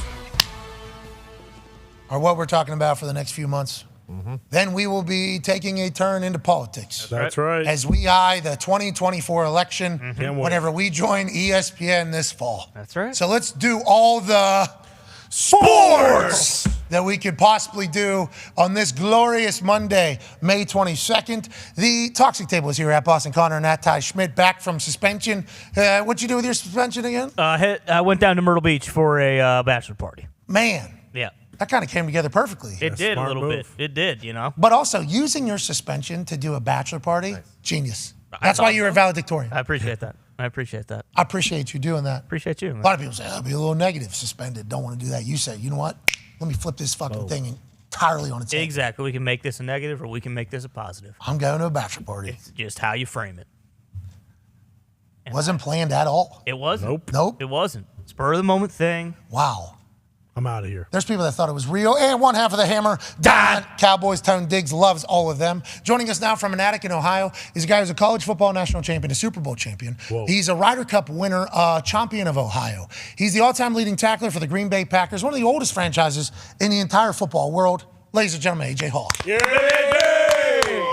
AJ, how you doing, pal? I'm good. Good to see Ty back from his suspension. I didn't know he had such a good time during the suspension, though. Yeah, I'm kind of bummed about it, actually. I was hoping, like, gloom and doom, because suspension's supposed to be bad. You know what I mean? We should do in-office suspensions from now on where he just has to sit on a chair right there and watch us do the show. I spent a week in-school suspension. Yep, that's brutal. Because for what? I wouldn't write an apology to the teacher. A week. Teacher, the guy that ran in school was like, come on, can you just... Get you out of here. Real quick. Come on. All you got to say. Apology for what? So I was sleeping in her class. Fact. I do apologize for that. It happens in high school. Sorry. Okay? Sorry about it. Late nights, early mornings. Tables were facing each other. Desks were facing each other. Love that. In the room. She walked down center. Okay? I'm kind of a third of the way if you're looking at one of the rows from right to left. Sure. So, like a third. Yeah, you get it. Like nothing crazy. In the mix. We watched a movie one day. She sat in the seat in front of me, too deep. Sat in front of me. Movie comes on to left. I'm directly behind her. She's not going to be turning around looking at me. No way. I start snoozing. I apologize. Okay? I was dead asleep. Something happened. Some fuckery happened in the area in which I was sitting that made people laugh on the other side of the room. Teacher felt as if something was happening to her. Oh. Sure. Okay? So I get woken up by a very pissed off teacher who said that I was embarrassing her and that I was making funny things behind her and kicked me out and sent me down to in-school suspension. So imagine my surprise coming right out of that. Whoa. Going on? What the hell happened? I'm reeling at this point. You know what I mean? I'm in quite a mental place. Going to in-school. Guy was the officer, the cop, literally my neighborhood growing up. I know him well. I knew him well. So he goes, he gets called from her explaining the situation. He asked me my situation. Obviously, he does not believe me. He thinks that I'm lying. So he says, I have to write up what happened and an apology, and that'll get you out of here or whatever. I said, cool. So I wrote up exactly what happened. I was dead ass asleep. When I woke up, I was taken back by getting kicked out of this class out of nowhere. It was crazy. Didn't do anything. I am so sorry that she was embarrassed, and I will not fall asleep in class. Pat handed it to him. He said, she's not going to accept this. What? I'm like, well, I don't know. So he has to take it to her. She does not accept it. Come on. We're back again the next day. We're back again the next day. We're back again the next day. Never got it out of me. That's why when people were like, Wow. Pat apologized to Brett Favre, which our whole thing, it's like, you have no idea how deep this is. Yeah. Like if I feel like I am in the right, which is tough to deal with. I hate dealing with me too. But if I feel like I'm in the right, you're not going to get me to move. And she passed away now. Miss Clancy found that out, that whole week. Never got her apology. Never. Remember they asked me to. Never mind. How'd you resolve it though? How'd you get back in class? Just the next week came and they were like, "Yeah, I can't hold you in here forever." So I was like, Okay. all right, I'm fucking back. I'm back in it. It was crazy, dude. She and I had multiple run-ins though. She was not the biggest fan. I would assume that's not your only run-in with someone like that. If she's demanding an apology and like if your story goes as you said, you were just sleeping. Well, I definitely was just sleeping. Yeah. 1,000%. She got a little embarrassed, maybe. It's not even offensive to her though. She's not like lecturing. She's showing a movie. So if you fall asleep, it's not on her. I'm assuming we went to like one of the biggest asshole schools of all time. I think a lot of jagoffs. So many jag. I mean, it's just everywhere. I do assume somebody potentially said something, A lot of jagoffs. or did something Yeah. behind her back. flipping her off to like her behind her head and stuff like that. I didn't find that out until like day 2 of in school, like what she was actually what she was mad about. What was it? I think something happened like right behind her that made somebody laugh, but I took the fall for it. Fall guy. I did not apologize though then, and I don't apologize now. I'm proud of us, guys. Hell yeah. I'm proud of us. AJ, let's dive into some conversations here. Whenever you think about golf, do you think about it dominating a fucking weekend? Because I do. Did you watch all day yesterday? I got hooked. Now, granted, I got baby, wife got baby. We're all, are we figuring out baby? Still alive? We figured out dadding and momming. That's good news. But golf is so perfect to put on TV and watch all day. And the boys were throwing darts, AJ. Oh, it was awesome. I got to see it was early on. I was kind of in and out, and then the last 7-8 holes, I definitely got to dial in a little bit more. But man, for Brooks to kind of how he went through the whole all day Sunday. I mean, I can imagine each hole going on, how he could start to envision winning that thing. Think how tough it is to hit some of those shots, man. He's so good.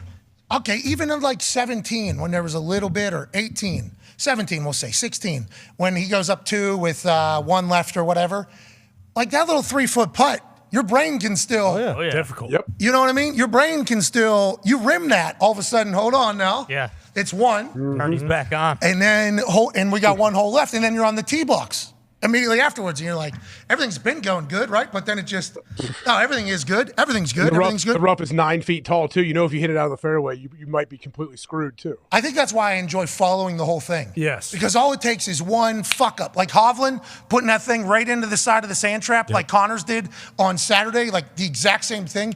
2 pros shanking that shot in the same exact way and back to back. That's a wild thing. Nuts. Just blading it directly into the side of a sand trap. You don't see that ever.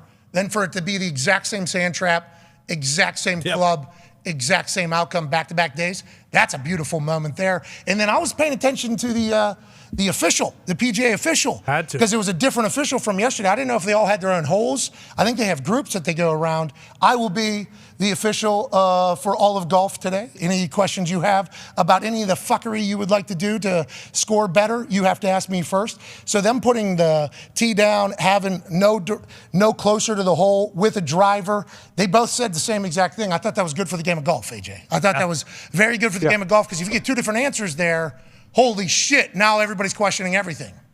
It is, but why is Phil pissed? I know Phil talked afterwards and said, I'm going to continue to hold these people accountable. What's he upset about? Well, he's won 6.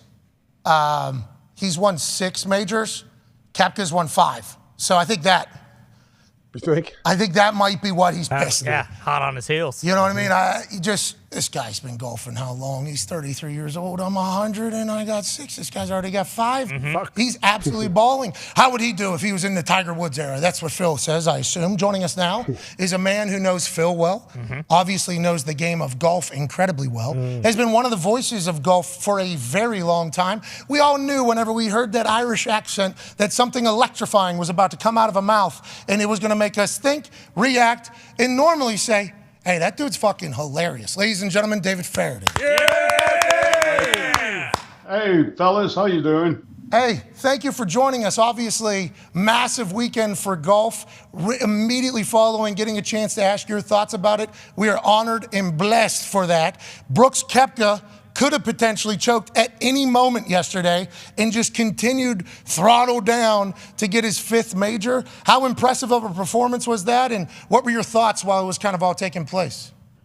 Well, I was on the edge of my seat, Pat. It was just, it was a fantastic thing for us to watch at Live. You know, I mean, it sort of affirms what we're doing here, and you know, we have some of the best players in the world. And you know, after his disappointment at the Masters, I think all of us were on the edge of our seats, you know, watching. And you're right, you know, it could have gone pear-shaped at any point during that round. That golf course is so punishing. One loose shot, and you know, it can all disappear. So he was really impressive.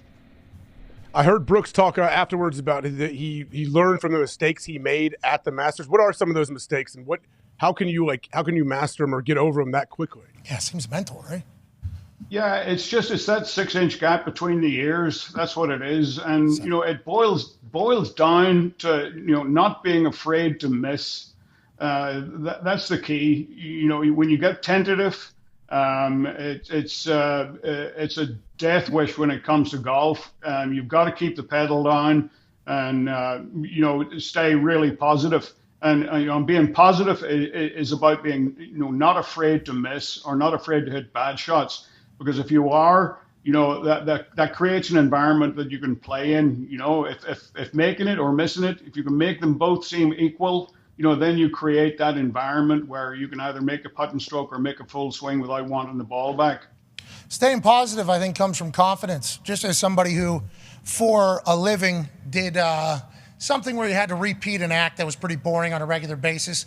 People compare it to golf, but vastly different muscles, different brain. But having to repeat a motion and having a sweet spot be small, I think like your confidence is because of why you're in a good mood. Like one comes with the other, I think. And then success follows it immediately. It's amazing what your brain can do to it, especially if you're working hard. And we go back to Brooks Koepka on that Drive to Survive or Full Swing Golf on Netflix. Whenever we watch his episode, he seemed broke, man. It was like this guy who we all have massive respect for, loved the way he operated. Normally had a big old half a tin in the mouth. Normally always has smug looks, still looks awesome. A lot of deuces. The way he walks, he just oozes like charisma, even though he doesn't even like talking to people much, it seems like.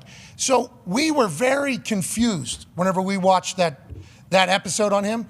But then we also understood why he maybe took the deal to go to Live. It made a little bit more sense. It's like, hey, this guy feels as if he's never going to win a golf tournament again. That seems like what we're looking at. And then the Live deal comes in. It almost makes like sense from us looking back on it. What have you seen from Brooks since he has joined Live? And what do you think Live has kind of helped him with finding his form again? Because it felt like he was maybe broken there. Yeah, you know, he was very emotional after his win in Orlando and, you know, and his win in Jeddah. Also, you know, he wasn't sure at all whether he was going to make it back to the top of the pile after that really serious knee injury and a very complicated surgery and a long rehab. And he's an interesting guy. You know, he does have that sort of tough exterior. He's got that sort of gunfighter's walk, you know, about him, a swagger, you know, and but he's kind of soft, you know, on the inside. You know, you could see he was close to tears. You know, it meant so much to him, especially after the disappointment at the Masters. You know, to be able to come back and do this, it really was, you know, I think a crowning moment for him. Do you think it's like work, or how do you think he got? Do you think he put work into his game? Like, how do you get through that? Because everybody kind of goes through it, right? I mean, Jordan Spieth was supposed to be the guy, boom. Rory was supposed to be the guy, boom. It was good to see him back, by the way. Yeah. Good to see Rory back. It has been great to see that. But all these guys were supposed to be the guys, and then they kind of fall off. Feels like Brooks was supposed to be one of those, and then we watch that doc on him. It's like this guy feels like he's what is it? You just got to work through it. Do some guys never get? Well. Yeah, I mean, he worked through it for sure, but it's so hard these days, you know, to be at the top in golf. The strength and depth in the fields, you know, is just phenomenal. You know, pretty much everyone that tees it up can win. Hell, we saw a club pro yesterday, Michael Block, you know, playing so well. But the strength and the depth of the fields, you know, there are so many new youngsters coming out. Victor Hovland is only 25. He is going to have a hell of a career. You know, but I think that's got a lot to do with it. It's hard to stay. You know, Tiger Woods was at the top of 631 weeks. Greg Norman was like 330 weeks. You know, we're not going to see that again. I don't think, because of that sort of talent that's been percolating up to the top. That's a good song there. Mm-hmm. Scotty Scheffler's been phenomenal to watch. Yeah. He started dancing a little bit yesterday. That was good to see. He had a bad Saturday by his standards and was one of the only 7 people under par still. Like, he is phenomenal right now. Bland. Oh, yeah. Very bland. He is bland white golfing. I mean, if you've ever seen it. But his talent is so entertaining to watch. Yeah. He's doing stuff that, just on such a consistent basis you don't expect. And then you think about Michael Block just coming into the fucking program this weekend. Yeah. Tone has a question for you since you brought him up. That was the story of the weekend, I believe. Yeah, David. So I believe it was Friday. I can't remember what hole it was. It was a par 3, though, and he was playing well at this point, and then he just shanked one straight right. And I thought, like, any normal person or normal average golfer, not a professional golfer, obviously, that's all they think about the rest of the round and the next 3 months that they're playing golf. How does in the professional world, like, if that happens, if a shank like that happens, like, how does that play in your guys' mind, and how impressive is it that, like, he was able to overcome that? Yeah, it's they say it's the closest thing to a perfect shot, which is garbage. It's not. But we saw Dustin Johnson hit a shank on the 7th hole last week in Tulsa. In our live event, I mean, a clean pipe. It just went, 60 yards right, and he came back and birdied the next 2 holes. So these guys are so mentally tough, and it's easy for us not to hit a shank. Let's put it that way. You make sure you hit it a little closer to the toe, and we're talking millimeters at this level of the game. With the sweet spot on a golf club is real small, but they can move it around. Excuse me. It's okay. Happy to hear you're all right. I was battling little allergies last week. Yeah, you were. Yeah. I'm taking Claritin in the morning, Allegra at night. I mean, it is. I'm trying to get all sides of this thing taken care of. All good. Don't you worry about coughing ever with us. We appreciate you having your conversation with us. Let's expand, though, on Michael Block, because I feel like whenever I go to these courses that have a course pro, a PGA pro, they're on the driving range. And if they're hitting the ball, it's phenomenal to watch. I mean, it's like they're hitting everything out there. And I always ask, like, hey, why aren't you in why aren't you just winning and they talk about, oh no, this is a different level. Pros are a different level. Pros are a different level. Yeah. Michael Block, I guess, has played in some tournaments. He said that in one of his interviews while he was walking down the fairway. He said he doesn't do as many instructional things anymore because he's been lucky enough to win some golf tournaments, so he doesn't have to grind for 90 minutes, $150, telling people to come out of the pocket, come out of the pocket, and hit that thing solid. What do you think is different about him? And he's got invited to next week's tournament as well. Do you think he has staying power with how he plays? It's really tough, for a club pro to come out here, even if you don't teach much, even if you do play a lot. The standard is so incredibly high on these professional tours. Michael might play well this week at Colonial in Fort Worth. It's an interesting story, no matter what way you look at it. But it's very tough to play at that level 1 week in a row, never mind 2. Yeah, I'm excited to see, what if he plays good? That'd be so awesome. sweet. Huh? Because he had it, too. He had the moxie. Another hole in one. On 18, with the 3-wood that he had been shaping, he goes in the middle of the people. So perfect for the story. And allegedly, they were filming the whole thing. Allegedly, they're filming the behind the scenes, the whole thing. Him having a hole in one, that's going to be a fantastic part of the story. Yeah.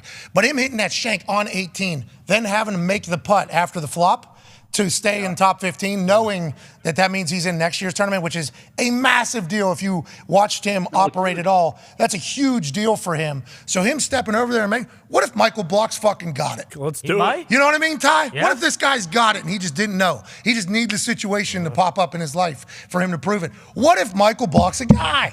Crazier things have happened. Yeah. It is, stranger things have happened. We've seen it more often on the Champions Tour and the Senior Tour, where a guy's been a club pro his whole life and comes out all of a sudden, finds something.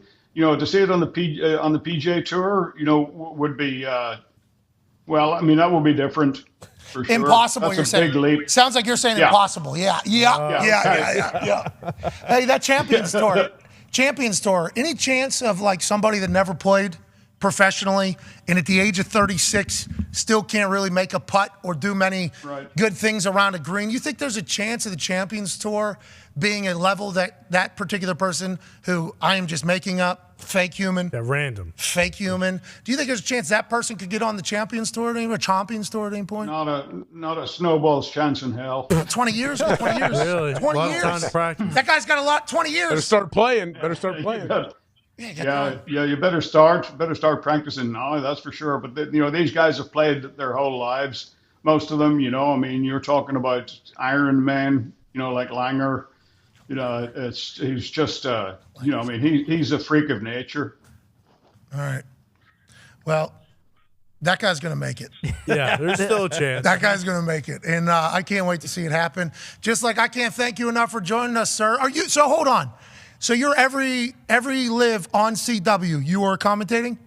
Yes, sir. Yeah. Okay, what has been the reaction from you guys on the CW situation? Now, you're going to have to say probably positive things, which I assume it is. And on the back end, we're rolling out a new product on a new home. But like that cutoff thing that happened, what was that, Tulsa. Yeah, Tulsa. last week? Like that was what you guys were hoping for, right? And then it gets, like that's kind of what you're hoping happens on your program. And then the cutoff, is that just relationship building still? Like, what are your thoughts on it all and how it's kind of gone?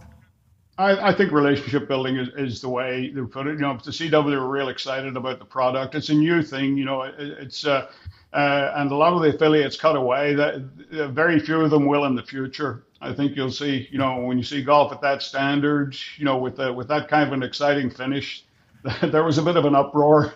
Yeah, we were talking about it. I mean, that was a big thing. Like DJ and Cam. Hey, we got what we Stars. This is what we would want if we could, and then all of a sudden, no, you don't. One Tree Hill's on. That's right. Should have wrapped this up a little bit earlier. It's like sports are tough. Sports are tough. We appreciate you so much for joining us, and hopefully we'll get a chance to chat with you soon. It's a pleasure, guys. Anytime. You're the man, ladies and gentlemen. Dave Faraday. Yeah, David.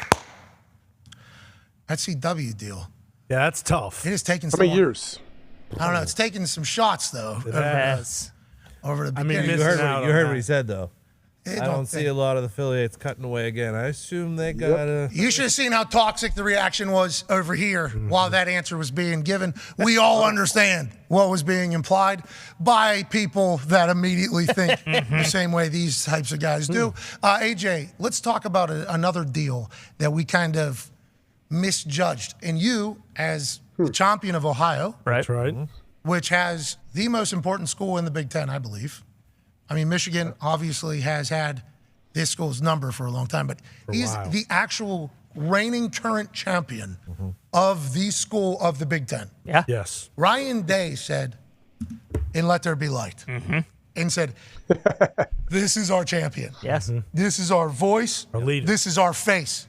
Look at that face." Yep. It kind of looks like the trophy that we just gave him. That's because the trophy is a football and a baseball home plate. Greatest jawline in the history of sport, the representative of Ohio State. Yes. Sounds like all of Ohio State's games are still on Fox and not on Peacock. Did you know this? Did you hear our conversation with Pete Thamel? It sounds like there's still a lot to figure out with the Big Ten TV deal. And as the champion of Ohio State, I would like to hear kind of if you knew that and maybe I was just out of the loop. I didn't know it was official that all their games would be on Fox, but I assumed it would be. I would assume when all of the rights deals were up, I know that's the biggest thing. Like that Ohio State-Michigan game, Fox obviously wants that. That's a huge part of the package. And then I assumed they weren't going to be streaming the games on Peacock this year for Ohio State. Maybe a few of them, though, I would assume, right? But I think NBC has a game too. Yeah, I they do. think. Yeah, NBC's getting big into the Big Ten now. But Well, that's what we're games- saying. Though. Getting all the scraps, though. I don't know because Yeah. Fox owns the rights to these games. I didn't know that till 2026. So does Fox sell them sell one-offs or packages to NBC? They're subleasing some of them. Yeah, Fox agreed to do that because the Big Ten Commissioner Warren, Kevin. Yeah, Kevin Warren, what I guess he or the Big Ten as a whole was like, oh, TV deals right now, a lot of money going out. We could potentially make more money off of this deal. So I think they were the ones that had to pitch Fox because Fox owned the TV rights. And then they started negotiating these deals. And seemingly, we do not know if this is the case or not, seemingly Kevin Warren was like, yeah, good. Yeah, you got it. Sure. Boom. And then he goes to the Chicago Bears. Shout out. Bear down. Bear down. He goes down the Chicago Bears, new Paisano, Tony Petitti. Petitti. Tony Petitti picks this thing up, and I guess there's a lot of loose ends that need to be figured out on who is actually going to be playing over there, who can't play over there. Tolerances were brought up, like can't play at night in Happy Valley in November. Why? Snow. You want to get out of there in snow? No way.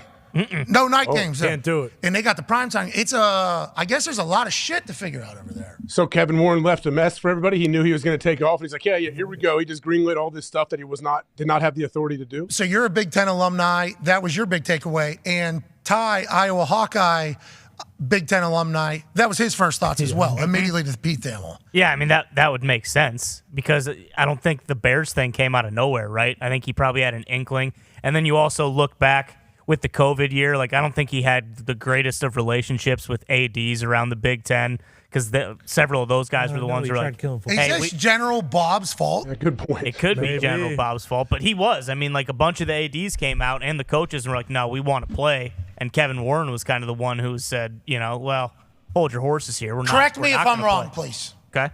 There was a time where General Bob Carpenter sent out a bird call. Yes. And then they actually went to Chicago. Yeah. Outside of the office. Picketing. Yeah. And said, we want football. Signs and everything. Yep. This one right here. Oh, yeah. What do we want? Football. When do we want it? Now. What do we hate? COVID. Yeah. Who do we hate? Now. And then That's what they did? Yeah. Justin Fields had that petition as well that he got a bunch of people to sign to play football. Yeah. General Bob Carpenter saved football. He did. Yes. But in doing so, he might have burned a bridge, with Kevin Warren. It's certainly possible. There might have been a little bit of spite held on that particular. I guess if everything that's being said is the way it is, I don't know how you get that figured out over the next couple months. Who's pissed? Who's pissed? Yeah, like certain teams that feel like, hey, we want some games on Big Fox. We don't want to be streaming everything, or what? I would assume Peacock. I would assume the other side that was like, whoa, I thought we were getting. I don't know. Pete didn't. There's only certain games they care about, obviously. So yeah, we'll take some games that there's big one. There's a handful that we really want. Yeah. So anytime, and this is the quickest reference that just came. Anytime we try to get a new guest on, we have to reach out to a booker. That's right. We have to earn the trust of the booker. So we have to take 2, potentially 3 motherfuckers that we would never, ever, ever want to talk to ever on the show before. Horse trading. What's that, pal? Don't they call it horse trading? Whoa. I see them as humans, but I mean, you'd be as disgusting as you. I'm saying I'm not using it not for people. For games, they say it too. It's like they're horse trading games. Hey, you owe us money. We'll give you this game here. We don't really care about it. Whatever. It'll make you some money. There you go. You have that. We're taking this big. Yeah, they don't kill the game though. Yeah, well, the horse thing is certainly interesting at this stage of the game because I don't know if it's ever been spotlighted like it. How'd the Preakness do? Did Rap Sheet and them? Did anything go down with the Preakness? Rap Sheet didn't have one. Rap Sheet didn't have. But anyways, the point is, we never take that guest. No. We say fuck. No. Can't do it. We are not doing that. So we burn bridges potentially with them. But it is a part of the deal. Like, hey, you do a couple of these, give you this, couple of these, give you this. Sure. With some of those Big Ten games, I assume they were like, we'll take a couple of these, but we need this. Okay? Yeah. We'll take a couple of these, need this. And then all of a sudden they're like, this ain't. Saying what we paid. We only took a couple of these because of this. And now this. What? And now you're not giving us this? So now it's just a couple of these, You see, need this. Big time. Is that what's happening, AJ? You tell me. I guess, Ty, where is Iowa going to be played? Where can we watch Iowa play? Peacock, for sure. Yeah, I mean, there's a good. They might. I don't. Look at us. Just now we got to start judging. I don't want to do this. No. You think I want to start judging schools like this? I don't want to do this. That's what I was going to say earlier, though. Is like even if you are a Big Ten fan, like Iowa versus Wisconsin, like you don't want to watch that at 3:30 in the afternoon if that's the marquee game because there's a good chance that game's going to be 14-10 or 10-7 or 17-10. All right. Not Luke Fickell's Wisconsin. Hey, I can't wait to watch Matt Rule's in the Big Ten now. Yeah. Fickell's in the Big Ten now. God, he's at Wisconsin. Whole new conference. What do you mean you forgot? Yep. It somehow just They slipped got my transfer mind. quarterback too. Yeah, I was thinking Paul Crisp still there. Hey, guess who's going to be good? Yeah, Wisconsin's going to be good again. Yeah. I would assume anybody Fickell's coaching is going to be good. AJ, pretty good sound thought? Yep, makes sense. They always have a big, nasty offensive line. He will continue that. Finally have a quarterback. And the way he runs around on the defensive side of practice. Gets boys fired up. Like, I got the chance to watch him in practice. Boy, their defense is going to be good. I know that. Did he keep Jim Leonard, or did he Jim leave? I think Leonard's not there. Yeah. That was an interesting decision he had to make there immediately upon arrival. They love this guy. Yeah. The fans would like this guy to be the head coach. So can you at least find a spot for him on the staff? Fick was like, hey, hate to be the guy. You deserve to be somewhere else. That's day one, AJ. Now we've forgotten about it completely, which is kind of a sign of the times. Things come in waves and then you completely forget about it later. What seems devastating, I guess you could take this to life, what seems devastating at the time will be viewed vastly differently. Who knows, a year from now, 5 months from now, 1 month from now, something to remember whenever you're going through it. But at the time, it was like, Fickle's never going to win him over. A huge deal. Now, I don't think, probably everybody's just pumped fucking Fickle's there. Yeah, like legit, just hearing that, I was like, oh shit, like you circle that Wisconsin game every year now again. It's like, that's going to be a fucking tough one. What if I don't know how that'll work with game day. I guess ESPN is the only one not in the conversation. Yeah, I would just assume that you will not be at any Big Ten locations for game day, other than maybe when Michigan, Ohio State is. Yeah, every year they there, I assume. Yeah. Yeah.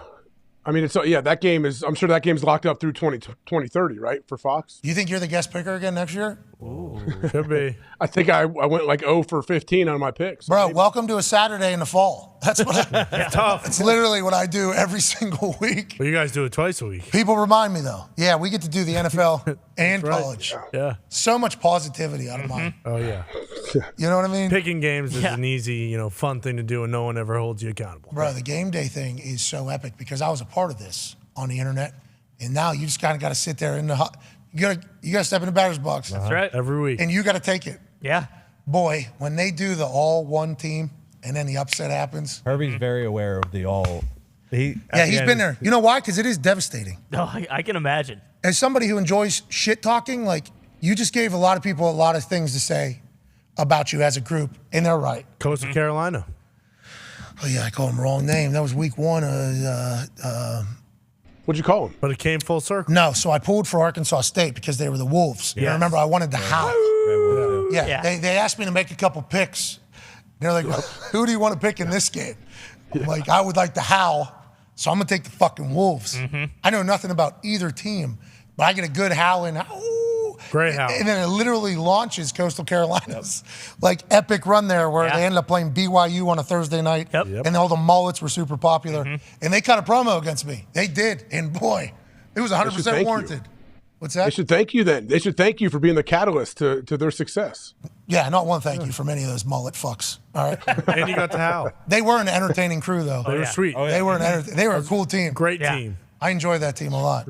College football, though, is Tone just said it there. Yeah. We don't really get to talk about it much, because we're an NFL program. This is the driest NFL desert we've been in. Oh, yeah. Oh, yeah, for sure. I think for a couple years. It's this every year. Yeah. Nah, because look what we're going off of right now. We're going off Ben Roethlisberger, talking about Kenny Pickett's kind of development as a Pittsburgh Steeler and the early time of Kenny Pickett being the quarterback of the Pittsburgh Steelers, and what Ben Roethlisberger, the quarterback for the last 16 years of the Pittsburgh Steelers, thought about it as it was unfolding. This is from the podcast Footballin' with Ben Roethlisberger. It is an incredible podcast. Yeah. Ben Roethlisberger is so transparent about everything. Has always been too transparent, potentially, at all costs. A lot of stuff. But when it comes to being a podcast host, it's an amazing thing. Oh, yeah. Crush it. This show is awesome. Ben Roethlisberger is a certified Hall of Famer. Ben Roethlisberger, in some people's eyes, greatest Steeler of all time. That's right. So him doing a podcast and being so open is amazing. Here's him being very open about Kenny Pickett and his thoughts about it. Yeah, I mean, I'll be completely honest, Please. and I'll be super transparent here. And I'm going to get blasted. I probably shouldn't say this. He knew. Yeah, I mean, who cares at this point? Not him. I wouldn't say that I wanted good basement Kenny to necessarily fail, but when someone comes to replace you, and you're like, I still feel like I had it. Like, I hope he doesn't come ball out, because then it's like Ben who, right? Right. But honestly, I think as you started playing, and like I found myself rooting more and more for you. You know what I'm saying? Like, I mean, we sat down here and watched games, and we were high-fiving, going nuts when you were like leading the team and doing things, you know, and running and doing some of the trying to fight people, all that stuff. Like that was my favorite, by the way. Yeah, I was like, yeah, you better swing on that fool. Yeah, I feel bad, and I know I came on this show and said that I forget how I said it, but I like apologized to you for not knowing how good he was going to be. Yeah, like I just didn't know. I had no idea. I didn't know that you were the runner that you were. I just didn't know what was going to happen. I wasn't aware, and I was pleasantly surprised. I'm glad that I was wrong in the sense of where I had you. I thought you'd be a quarterback that was good, that was going to come in. I think you're the future of this team. I really do, and I think they got, you know, the fans should be lucky. They are lucky they got you. But that's what I'm going to say. I'll say I was early on. I didn't want him to succeed because I didn't want him. You know, they followed me up. I didn't want it to happen. I think that's probably the selfishness of me, and I feel bad for it. But as it went on, as the season went on, he got into like his third game playing. I was rooting for him. Yeah, I was excited for you, and I wanted you to succeed. I wanted you to win the games. I wanted you to get to the playoffs. And so I feel bad that I felt that early on, but I'm glad that I transitioned into love and rooting for you. Appreciate that. I have your jersey I wear every Sunday. It's actually your jersey, but we taped +1. I like that. But no, it's been fun watching. I enjoyed texting you after games, and you know, it's been fun watching, man. I'm a fan. I appreciate that, man. That means a lot. Obviously. Hell yeah, huh? Wow. Hey, that was a cool answer from Ben Roethlisberger, because remember, everybody just assumes that this is a movie and that humans aren't involved and that humans don't have feelings and emotions and egos and pride and everything like that. So the fact that Ben Roethlisberger, who Hall of Famer, certified, Absolutely. Hall of Famer, comes out and says like, yeah, I'm going to be honest, you know, I'm past it now, so I guess I can say this. Yeah, I fucking hate it, you know? Not a fan. Like, I'm not going to say I wanted you to fail. Kind of, though. Yeah. I mean, certainly, you know, if you kind of read through the tea leaves, I appreciate Ben doing this, AJ, and I like the fact that he was, like, comfortable in his own skin enough to fucking say it, and I like the fact that Kenny Pickett has somebody, seemingly, that he can call all the time about everything that he could potentially experience as the quarterback for the Pittsburgh Steelers, AJ. Yeah, I mean, it's pretty cool to see Ben kind of go through his thoughts on the whole thing with Kenny coming in there. And Kenny didn't come in Kenny didn't push him out, didn't replace him like that. It wasn't that situation. Ben was retired, boom, Kenny comes in. But I've heard Michael Irvin say something about this in an interview years ago. He said something, yeah, when I retired, I was done with the Cowboys. I wanted them to do terrible. I wanted them to think like, no, you need me. Like, I'm the guy. And then he said like he quickly snapped out of it. I mean, it's your buddies on the team, it's your friends are coaching the team and all of that stuff. But yeah, I don't know. That's probably somewhat human nature, isn't it? To think like, oh no, they need me. Like that team needs me. Like, so if they do bad, you might not be cheering for them, but you might be okay with it. The Colts, after I retired, obviously much different conversation than quarterback of the Pittsburgh Steelers. But when I retired, the Colts signed this guy. He was his name was Jeff, probably a good guy. I don't know. Maybe he got a press conference, right? They gave a press conference to this guy. Mm-hmm. I never had a press conference ever, except for like when I won the Walter Payton Man of the Year award for them and the salute to service thing. But like I never did any media ever, really, which is an interesting thing. But I was never really asked to either. This dude did a full press conference and then talked about how like he never saw my film really, you know, because he was in the NFC and I was in the AFC. Doesn't really know much about me. And my immediate thought was like, fuck this guy, dude. Who is this guy? What is it? You know, they're paying him a lot of money too. He was getting paid a good amount of money, I believe. So I wanted to go meet him. You know, I wanted to go like shake his hand. Right. Sure. And he either got hurt or something happened. He wasn't at the building, but I met Rigoberto Sanchez, who was brought in from Hawaii, undrafted. And I got to talk to him, and I got to meet him, and I got to like tell him some things like, hey, you should be thinking this right now, right? Boom, yeah. You should be thinking this right now, boom, right? Yeah. You should be saying this right now. Like, even if he didn't listen, he was like seemingly engaged in the conversation. And I left there, and I was like, I want this motherfucker to succeed. Like, I want this guy to do so well because just how humble he was, how hardworking he was. And I was like, why was I ever hating on anybody? Somebody was going to punt for the Colts. You know? Yeah. Somebody was gonna have to kick balls for the Colts, and I bet Ben kind of realized the same thing. Like, hey, somebody is going to be taking snaps for the Pittsburgh Steelers. Has to. Can't just hate everybody Yeah. for the rest of your fucking life, you know? It is an interesting thing. It is kind of an arc. And even guys, I would assume, I don't know, how did you exit Green Bay? Was that contract? I got cut after my 9th year there. I had 1 year left. Jeez. I knew it was coming. There was no fuck you in you there, huh? None? Definitely not. No, I was kind of sad I got cut. I wanted to be around. I wanted to stay there for my 10th year. What do you? I wasn't like, I knew it was coming. Like I knew how everything was working out. I was like, yeah, my time is up. No question. What does that mean? I knew I was going to get cut after the season. Why? Because the humans? Because the way you played? Just because my contract, how I was being played, all of that stuff. It just felt like the time was. I felt like the time was here. Yeah, no Perfect. question. Good handshake whenever it was told, or did you get your fob turned off? No, it was in the off season, so it's a phone call. I was actually stuck on the Ohio State Buckeye cruise. I had just had surgery on my foot. I was in a boot, and the boat got stuck. The Packers actually did me. They did me a favor. We got stuck at sea for like 2 or 3 days. Urban was on that boat. It was made news because Urban needed to be home to recruit, and we told him, "Hey, man, like, can you announce it when we get off the boat? I don't want to like. There's 2,500 people here. I knew it was going to happen. Let's just wait till we get home to let it happen." So then they did a couple days later. Okay, well, that's very kind of them. And also, did Urban also say on that boat, like, there's this guy, Joey Burrow, he can't fucking hit a side of a barn. He's a bum. Big quarterback. This guy, what do you... Yeah, what year? This guy's out of Ohio. He thinks he's... You know Ohio State quality. It's not your fault. It's mine. I recruited you here. I shouldn't have.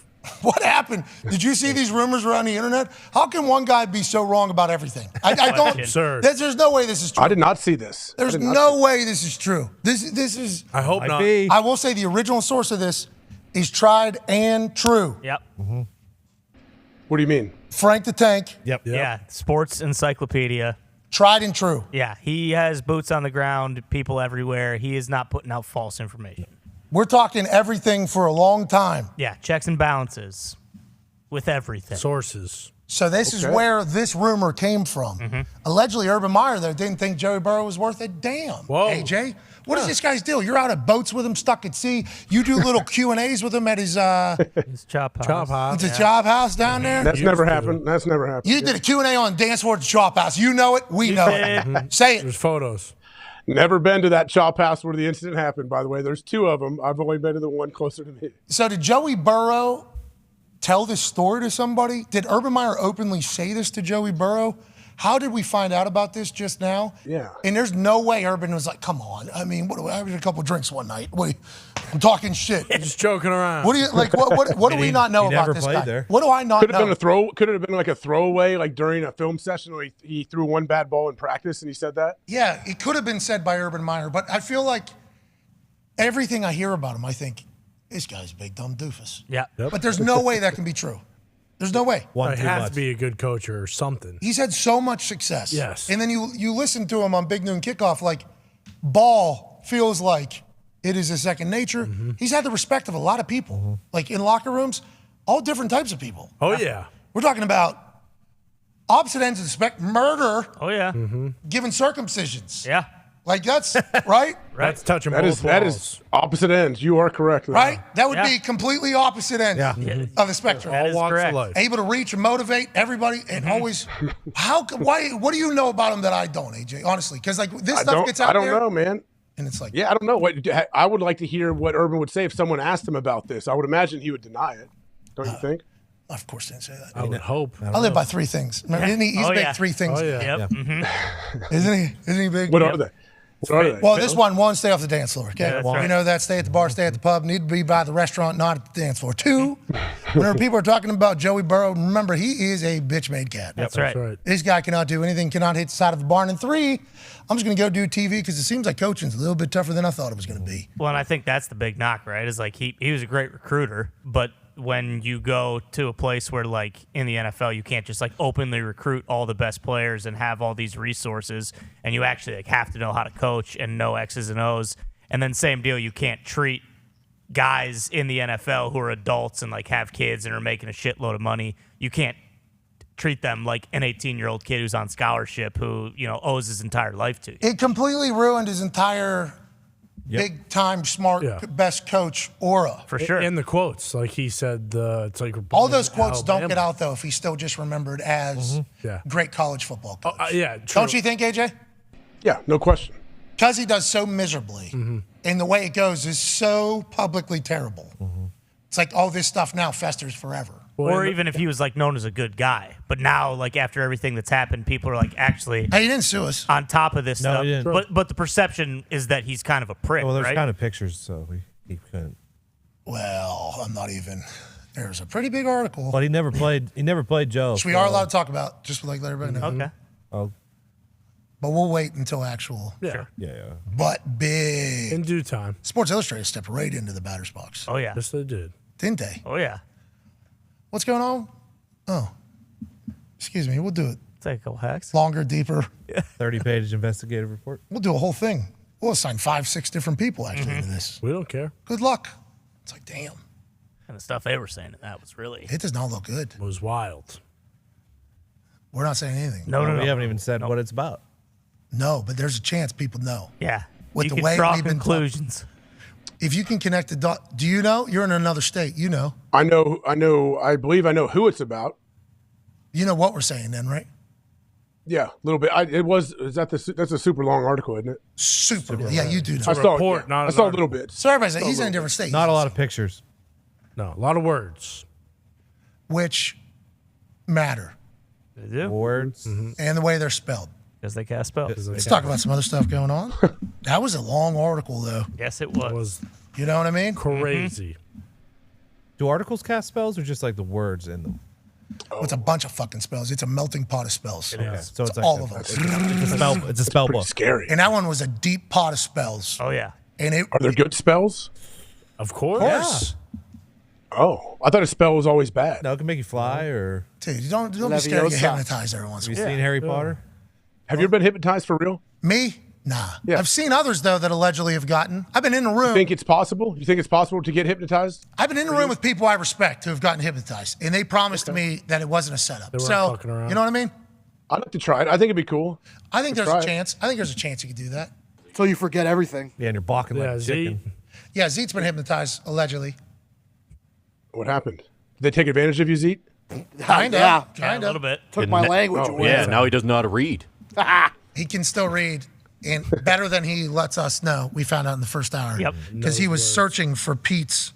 Pete family used the word antithetical and pragmatist, just standard. Casual. And Zito just spelled them correctly. No ding at the end or anything. Nope. Spelled it completely out. Had to search within 4 seconds up on there. But Zito grew up in a Spanish-speaking house. All his friends spoke English in Chicago. So he was mixing together the languages so much that neither party could fucking understand him. So they got him hypnotized so he can understand Spanish. He cannot speak Spanish anymore. Allegedly is the story. Is that right? To forget the language of Spanish, yes. So Yeah. I wasn't confusing them together, making Spanglish. Yeah, and nobody could understand. Yeah, it was So the bad. outside world were like, excuse me, Mrs. Perez, we would love to be able to hang out with your kid more, but he is literally not speaking our language. He is trying to as well. And they were like, in Spanish through a translator, funny you say that because we can't understand a thing he's saying either. It's crazy. And then they're like, let's fucking fix this guy. Yep. And they hypnotized him, AJ. That's what happened. How old were you? How old were you, Zeke? I would say probably kindergarten, preschool, kindergarten. When you got hypnotized? Yeah. Is that a thing? Is that legal? Like, what, where did this happen? You tell me. I have no I have a idea. kindergarten. It happened. I'm a kindergartner right now, bud. I mean, maybe I should get Axel hypnotized. Maybe he'll behave. Not a bad idea. That'd be great. Love veggies. You're 5 or 6 years old and getting hypnotized by somebody. Who is this creep? Well, it's a kid hypnotist, dude. You should see it. Oh, I got tied like the into some- Nickelodeon guys. Hey, they were saying some Whoa. terrible things about this program and me as a whole. Oh, You know who? Nickelodeon? Yeah. No. What? No. People that hypnotize people? No, I don't know how we're perceived in the hypnotized community. I think good. I think, yeah. We're loved in the Amish community. We got another letter, handwritten, Which is obviously. Oh, really? Yeah, they listen. Shout out to Jason Nice. and I'm not going to say a stereotypical Amish name right now. But Okay. Steve. I don't. Is that a stereotypical? trying to remember. But what one were you going to say though? But which one were you going to say? I was going to say Jeremiah, which I mean, it might be Jason Jeremiah. I'm not 100% sure. They wrote a handwritten letter, and then they gave us 2 bottles of wine called Rum Springer wine. Ooh. So when you go on Rum Springer, I guess the Amish community has taken advantage of. Hey, here's your booze. Actually, go you go on and use this. Rip it. They sent 2 bottles. Jeremy and Aaron. Ugh, yikes. Jeremy, you got the J. Well, they're in Indiana. Jeremiah is Jeremy. Probably. Right. That's like the cool way of saying Jeremiah. Exactly. Haddon. My name's Jeremiah. You can call me Jeremy. Okay, love that. That makes sense. And Aaron, Aaron. Hey, Pat and the boys. We're from Central Ohio. Ohio fucks here. Ooh, nice. And we live and work among the Amish. Aaron, who is also writing this letter, is Amish, and we both enjoy what you guys do. We saw your segment on the Amish at Topgolf, and we wanted to send you a little bit of the Rum Springer experience from Central Ohio. Keep up the good work. Go, Browns, Jeremy, and Aaron. And then they're a construction company. I almost said obviously. That don't need to do that either. Right. Don't need to, you know what I mean? Exactly. Well, we knew it. Yep. But shout out to Jeremy and Aaron sending us some Amish booze. And for Amish people watching this program, that truly means that we have a pretty good demo. Yeah. You know what I mean? We reach all walks of life. People that don't believe in electricity watch our program on the internet. Exactly. Hell yeah, we did it, boys. That's big. A lot of people talking shit. They don't know that, though. No, they don't. Got a fucking Amish demo, dude. Mm-hmm. Shout out to Jeremiah and Aaron. Well, who was Shout talking out. shit? The Great American Escape Artist? No, I was going to say we're actually very big in the magic/magician community as well, because I think the American Escape Hero is.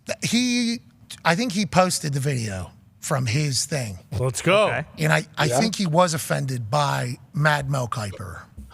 Now that I think about it, that might have been what got you suspended for that bachelor party. Could have been. The way you interpreted Mad Mel Kiper That would make sense. reacting to America's Great Escape hero, Michael Malone. Michael Griffin. Right. He was a dog. He was a dog. And you chose not to show any respect at all for the dog. Yep. And I think that is why you potentially were suspended for that bachelor party. I wasn't being disrespectful. Pretty out. You are. He couldn't hear you then. He could hear you afterwards. He said, I could hear him. You know, when you go, this guy sucks. And you know I what you did said? not say that. In the middle of did. it. AJ, what did he say? Do you remember? He said something. He said something about AQ should body slam the guy or I something. said AQ and Pac-Man should have choke slammed him through the table, and then yes, at the very end, I said his fucking rope was gimmicked.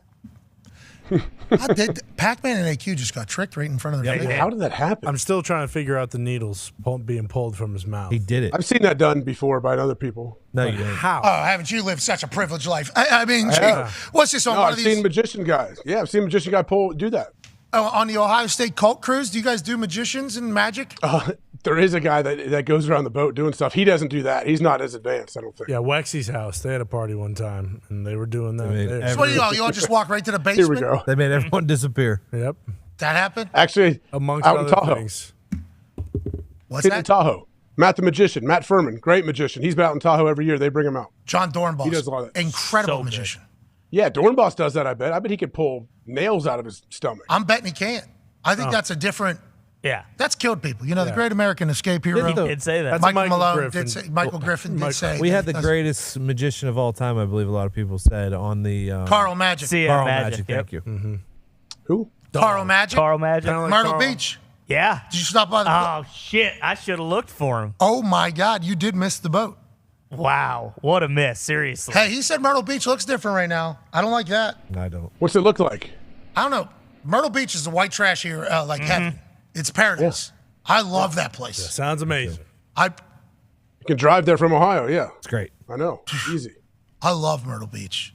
It is a hilarious place where it seems like everybody has this. It's St. Patrick's Day every day in Myrtle Beach. So cool. And then there's also golf. I guess great golfing Yeah, down there a lot of now good as well. Golfing down there. I mean, it is. He said it. COVID might shut some stuff down. Yeah, that and it was like the weather was uncharacteristically bad for that time of the year, so I think that may have had something to do with it. Yeah, just it wasn't bustling like I thought it was going to be bustling. I love Myrtle What's early in the season, too? It is. True. It is. You're one of the first weekends down there. Yeah, It's not even sure. summer yet. Summer's next weekend. Hey, Myrtle Beach still got the fastball. Go visit. Yeah. Keep it going, Myrtle. Just know you're not signing up for like super quiet, relaxing. No, absolutely not. You're having a good time down there in Myrtle, AJ. Ripping it. I mean, it's, adult adult spring break, I feel like. You ever guys seen your frogs, Donner? I never have. So I have been, though. I've been to other ones. There was a time where I was going down there so consistently, I'd say, where I knew the staff at Senior Frogs. Mm-hmm. Sweet. So, like, I'd walk in for a weekend, you know, and they're like, oh, here, we know what's happening this weekend. Here we go. 150 shots, got it. All right, team meeting. Yep. So I'd walk in there and call a team meeting. And there was like 4 or 5 years straight. They were like, asshole's back. Thank God he's back. This guy's back. Let's have a good time. Now we go. So much fun, dude. Need to get back down there. That's why the Coastal Carolina boys hated me so much. It was quite a shot. Yeah, to right there. Right. All because I just wanted to howl. That's it. Hey, you came around on him. You don't know how to Chanticleer. Kept picking him. Oh, no. Oh, yeah. Let's go. Yes. How about Nailed it. All right, let's get to a break. There'll be a giveaway moment later in the show. Bank's open. Hey, a lot of golf shots this morning. What do you mean? So it's like the first morning I've been able to get back into the office, you know? Baby at a point where kind of consistent schedule, wife kicking ass, able to get in here. Took a couple hacks at the golf sim this morning. Okay. Fine. Hit him. Got to get ready for Tahoe. Good. I think I'm doing okay. Michael. Coming out of the pocket? Goddamn right. Consistent. Michael Block gave me a lot of inspiration. Not because I think I could go win or play, but his swing and the ball that he hits is just he hits just a dart. Mm-hmm. Gorgeous. Like just a low little stinger pretty much with everything. And it's like, you can play like that. Oh, yeah. And that's like my most consistent shot. Mm-hmm. It's like, why am I not just fucking doing that? Dial it in. Just do it. So I'm trying to get that figured out. Now, golf is terrible and incredibly difficult and miserable, and I'll probably have a brand new swing thought next week. But right now, that's my thought, and I just need to get it dialed in, AJ, for Tahoe. Good. I think he does give hope to a lot of people. I hope he plays well this week. What is it? This Charles Schwab Invitational or whatever they call it. Mm-hmm. It's a big tournament, right? So I think there's a chance he can't hit all the shots. Like, that would be the only thing. Because if not, it seems like he has the mentality to be able to handle it. Yeah. That one, when you're fucking 18th hole, you got to go up and down from a miserable spot with thousands of people standing right around you. Like, I guess people could say there's a more pressure-packed area in your life. I don't know what it would be. Yeah, that's high. Him being able to pull that off, it's like, yo, he's got it, right? Yeah. Seems like he's got the mentality. Should have gained a ton of confidence through that tournament, no question. But yeah, then I guess to continue to do it over and over and over and over again, that's the toughest part. Seems like he's living his best life. Yeah. I'm happy for Michael Block. What did Matt Brown say? Bruce Brown? He said that. He What are you going to get him on the show tomorrow just so he can start crying again with everything he says? He was Shoot real. 15 over Bruce. Charles. Let's Bruce is a pig. Come dude. on. doesn't have a chance. I'm the in biggest hell. Blocky fan in No, here. you're not. Okay. True. Yeah. I'm Bet just- Straight out of the are. toxic table playbook. Come on. I love the man. You That's guys- what you did. Thank you for that question. Thank you for making me cry with that question. His kid. It was a Yeah. message from his kid Man. Said it was the best day of his life, too. who couldn't be there. Jesus. Pig. Come on. Postal elitist. Yeah. We're becoming. So I hope you guys are happy. That's what we are now. Yeah, you're right. That. I hate that. That's what you are. Nope. Congratulations, sellout. Sell out. Bam. I thought I was going 2 for 2 there. Yeah, That would have been sweet. All right, if I hit Does one- Bruce still swing the same? No, he's actually a pretty good golfer. Yeah, you Oh, like nice. Jim Furyk now. Sweet. Ooh. Got it. Get right. I'm done with it. Let's get to a break. Okay. Let's get better vibes next hour. Hell yeah. Can't believe we let Bruce Brown's coastal elitist mindset drift its way in here for him to what? Piss all over to Michael Block. I actually think I fucking hate him. Who, Bruce? Yeah. Who? You hate Bruce? Why? Yeah. Why? No What, more for Bruce. what just happened? For that right there? Yeah. Oh. That's the only thing that you needed? Yep. Wow. I don't know if I hate Bruce. I certainly hate what he said there, though. Yeah, I absolutely. don't like his feelings. Bruce, hope you're happy about it, too. Also a guy in the horse community? Wow. Maybe don't let that kind of ooze in. Yeah, not just in the horse community. All right. AJ, have you heard about this horse stuff? No, I honestly, what? Look it up. Don't look it up, actually. But just know there's a lot going on. On the track in the middle of the race, fucking sniper from the top row. Yeah. I don't know if that's true. Horse was still running. I don't know if that's true. This horse stuff, though, is getting alarmingly loud. More. Okay, so more happened over this weekend. I didn't know. Yeah. Yeah. And Bruce wasn't just in the horse community. He put a shotgun to his horse's head. Come on. Whoa. And then murdered his Bruce. own horse. Jeez, Bruce. Yeah. No. He said no. euthanize He them said now. They no. don't It's my shoot 'em. horse. It's my horse. I'll do it. Yeah. Whatever the case, it's incredibly sad, and I guess it's just a part of horse racing. But for whatever reason, like I didn't know it was this much. And I'm a stooge, I guess, but they're covering it now. Tarico did like overtraining. What's that, pal? I know the Derby thing. They said some horses died the week of, like due to overtraining, and then it's different when someone runs and breaks a leg and they shoot him on the track. That's different, right? Bro, how about Tarico? Like 15 minutes he talked about it. So I guess it would be like human controlled for some of the reasons why. Aren't they saying they need like commissioners to put different things on, like rules on what you can do with the horses? Dude, it's crazy. It's nuts. It's been like this forever. Is that just kind of what we think? I think so. It has been. That's terrible. Santa Anita had a really bad meet where I think like basically 20 horses died during it, and they were Died or got shot. Died on the track. They passed away from somebody else they telling them. juice them up with too much steroids and they just their heart explodes or what? No, I think they break a leg, right? Like actual break. But then a you leg. get shot though. Bruce says they died. That means they He killed. said he euthanized, but it's Yeah. still, they kill him is the word. A lot of people think it's something with the dirt of the track. You know, I think it could have been tied to like all the wildfires in the area, and then because a lot of those barns were. What are we were talking burned about down. here? Yeah, I was just gonna say, Wildfires in the area, Bruce. They break their California. legs, and the guys have no more to do with them, and then they shoot them. Okay, It does feel like that. But that's horse If, racing. if you shut down horse racing altogether, what would we do with all the thoroughbreds though? Let them run free. More What about horse- going to plains? Ever heard of it? Maybe let me go hunt a bison on the back of one. Exactly. Could you imagine me fucking on top of? I can. Hell yeah. Bareback. Standing? You're gonna stand on this horse? Oh Yeah, dude, I'm part of the fucking Montana State Rodeo team. Dude. 7-time national champion, 7-time. Imagine me fucking just with a bow and arrow on. You know what I mean? Bow and arrow Like too, Jake not even Sully. gun, just bow and arrow. Okay.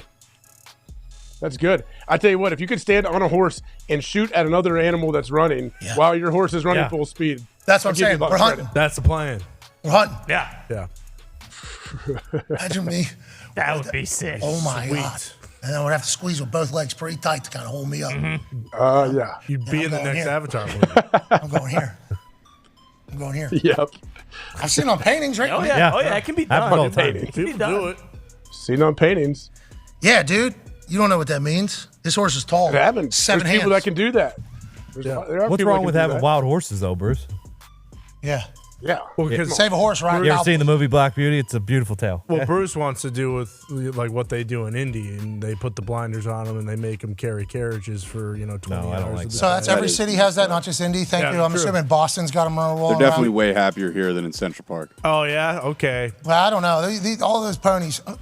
These ponies are supposed to be like mythical creatures, though. Well, that's the part I don't get. Is they're majestic, beautiful creatures, and then this Smart. thing very smart, and then one of them sneezes, and it's like, okay, go get the Tommy gun and put fucking 150 bullets in this thing. We got nothing for him anymore. And we'd like to say we don't know if that is an actual. I just assume that's. But that's what it feels like. Exactly. That's what it feels like. A lot of that coming in a couple months. Right.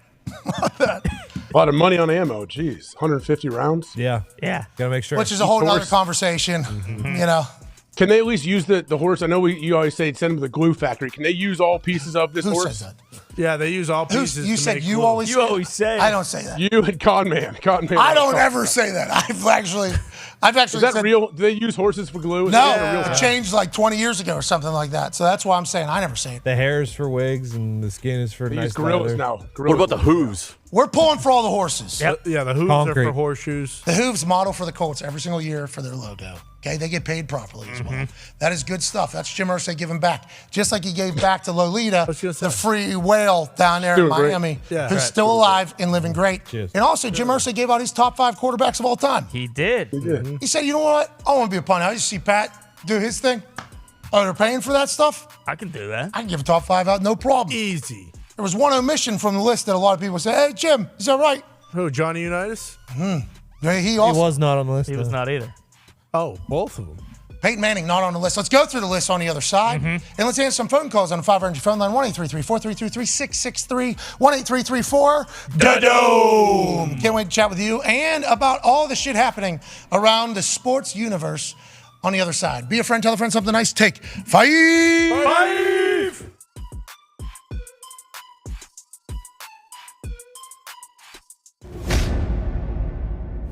Hey, that ain't gonna help. Miz, that ain't gonna help. That's gonna do nothing.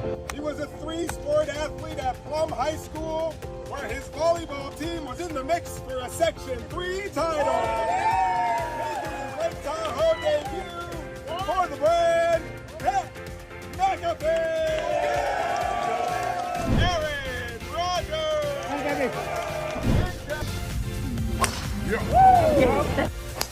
Yes! Yeah, baby!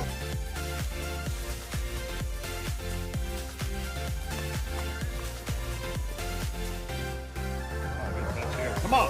Come on. Come on. Good job.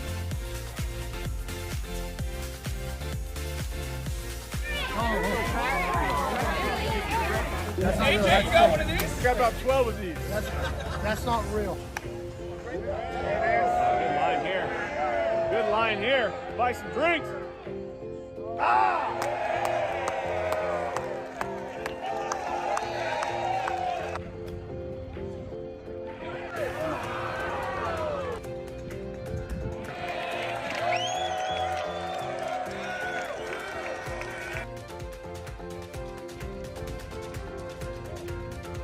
Great putt.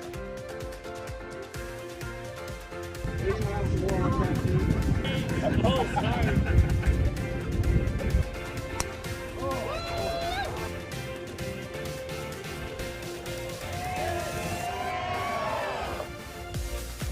Yeah. Oh, Damn. Oh, he walked it off. Sorry about it. Hey, let's go. Go. Get in. Get in.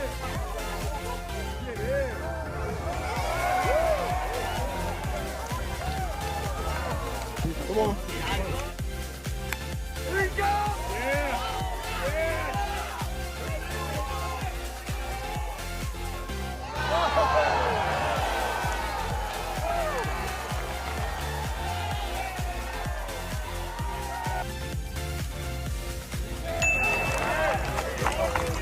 Okay, here we go.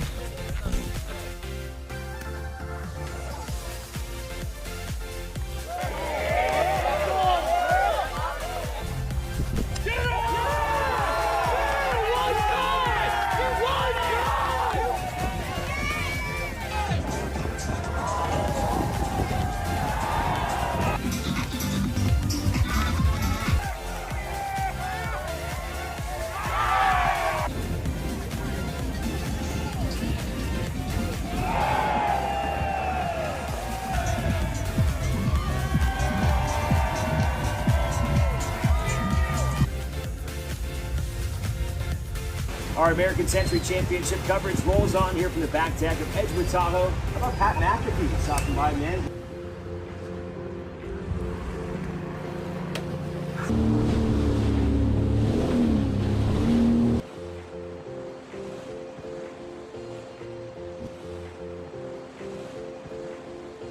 Hell yeah, Red Panda. It is time to go on up to the unicycle that has captivated people all over this planet Earth. Oh my God. Ladies and gentlemen, Red Panda is in the Thunderdome. Oh my God.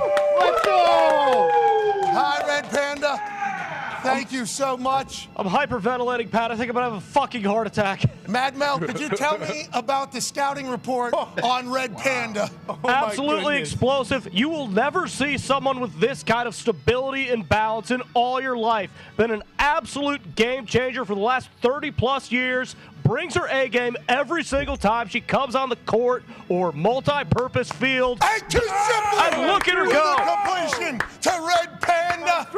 He's in the trenches. He's got his eyes on the prize. The ball is going on the head of Red Panda. Two balls completed from AQ Shipley. This is nuts! Are you serious? This is AQ can hold more than master two at work. plates, two bowls. No way. I absolutely love this song. Oh my God! There we go, Red Panda. 1 for 1. If Red Panda goes perfect on a day, we'll give away $50,000. Whoa! To one person who retweets this video and says something nice to somebody. Red Panda, the legend, performing during the first round at the Thunderdome. She's 1 for 1 on both tosses from her right foot to her head. Come on. Oh my God. No way. Oh my God. 2? No. Red Panda Two? stacking 2 bowls on top of each other, and She did it! Red Panda! She's batting and pitching a perfect game. There's no way this should be humanly possible. No. But what is impossible?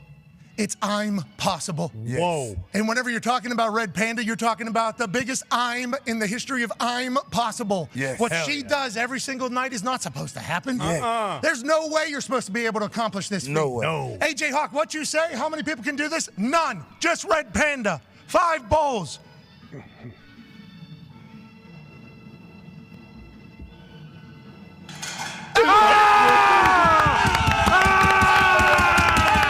Let's go. Let's go. $50,000 to somebody. Let's go. Say something nice to somebody. Whoa. And uses the hashtag PMS Draft Spectacular. Red Panda, take a bow. Hell yeah. Wow. That was awesome. Hey, it was. Hey. What? Let's go. This show fucking stinks. And the fact that you listen, we are very, very thankful for it. AJ, you never cease to amaze me with your toxicity, pal. You got a couple of these? God damn it! What the fuck are you doing? Fuck Boston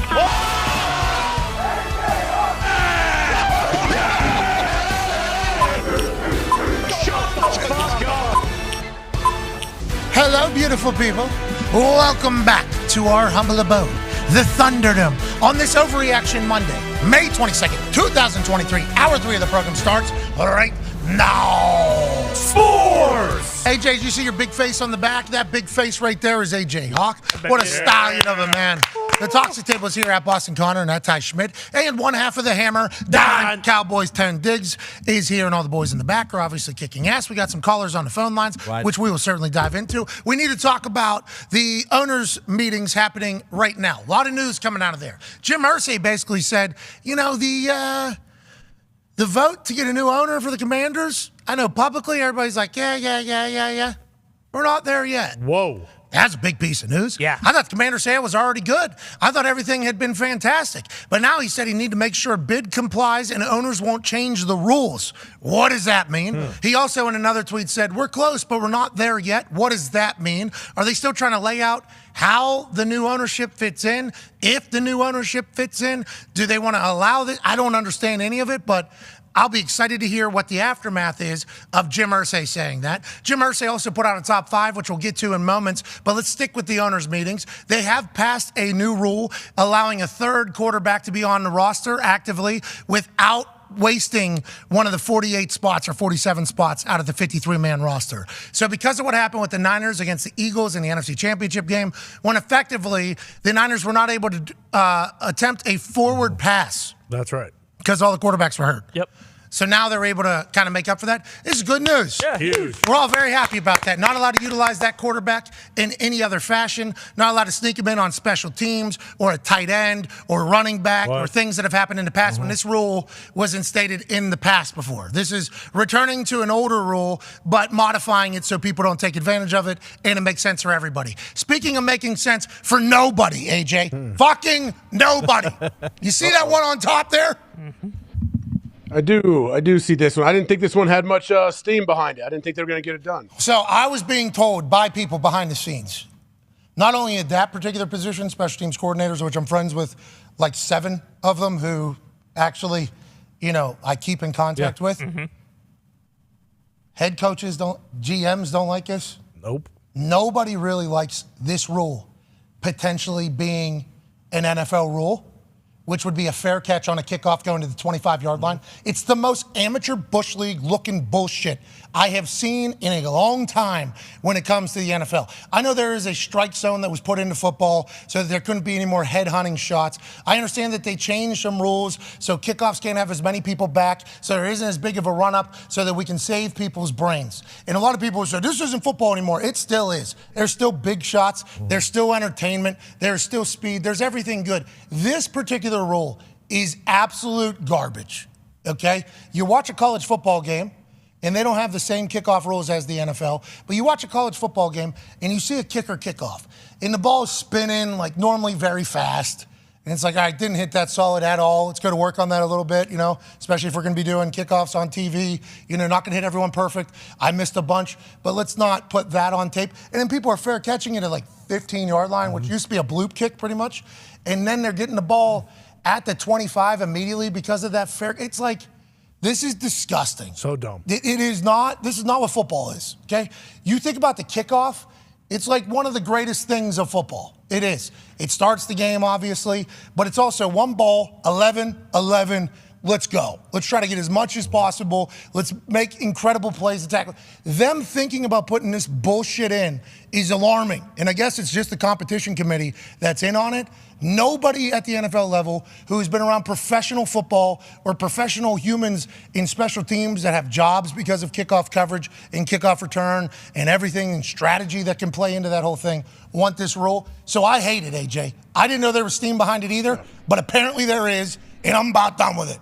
We need to put this one to bed and relax with this whole thing. Well, I wonder who has the power. So special teams coordinators are unanimously against this rule, right? That's what the tweet says. That's what that tweet says. In my particular Rolodex, I can say my sources can confirm what Tom Pelissero has says. Okay. Yeah. How many people are on the competition committee, and can they is it just whatever they decide, or can they be do these special teams coordinators come in and do they get to present their case on, hey, this is why we need kickoff in the game? So allegedly, what I had potentially heard is that they were trying to sneak this one in, just trying to get it done with, trying to lay low a little bit. They were trying to keep this one under the radar, and then boom, trying to distract you with something else, and then slide this guy right in. Thursday Night Football. Boom, yeah, we're flexing Thursday Night Football 2 times over here from weeks 13 to week 17. Got to have 28 days.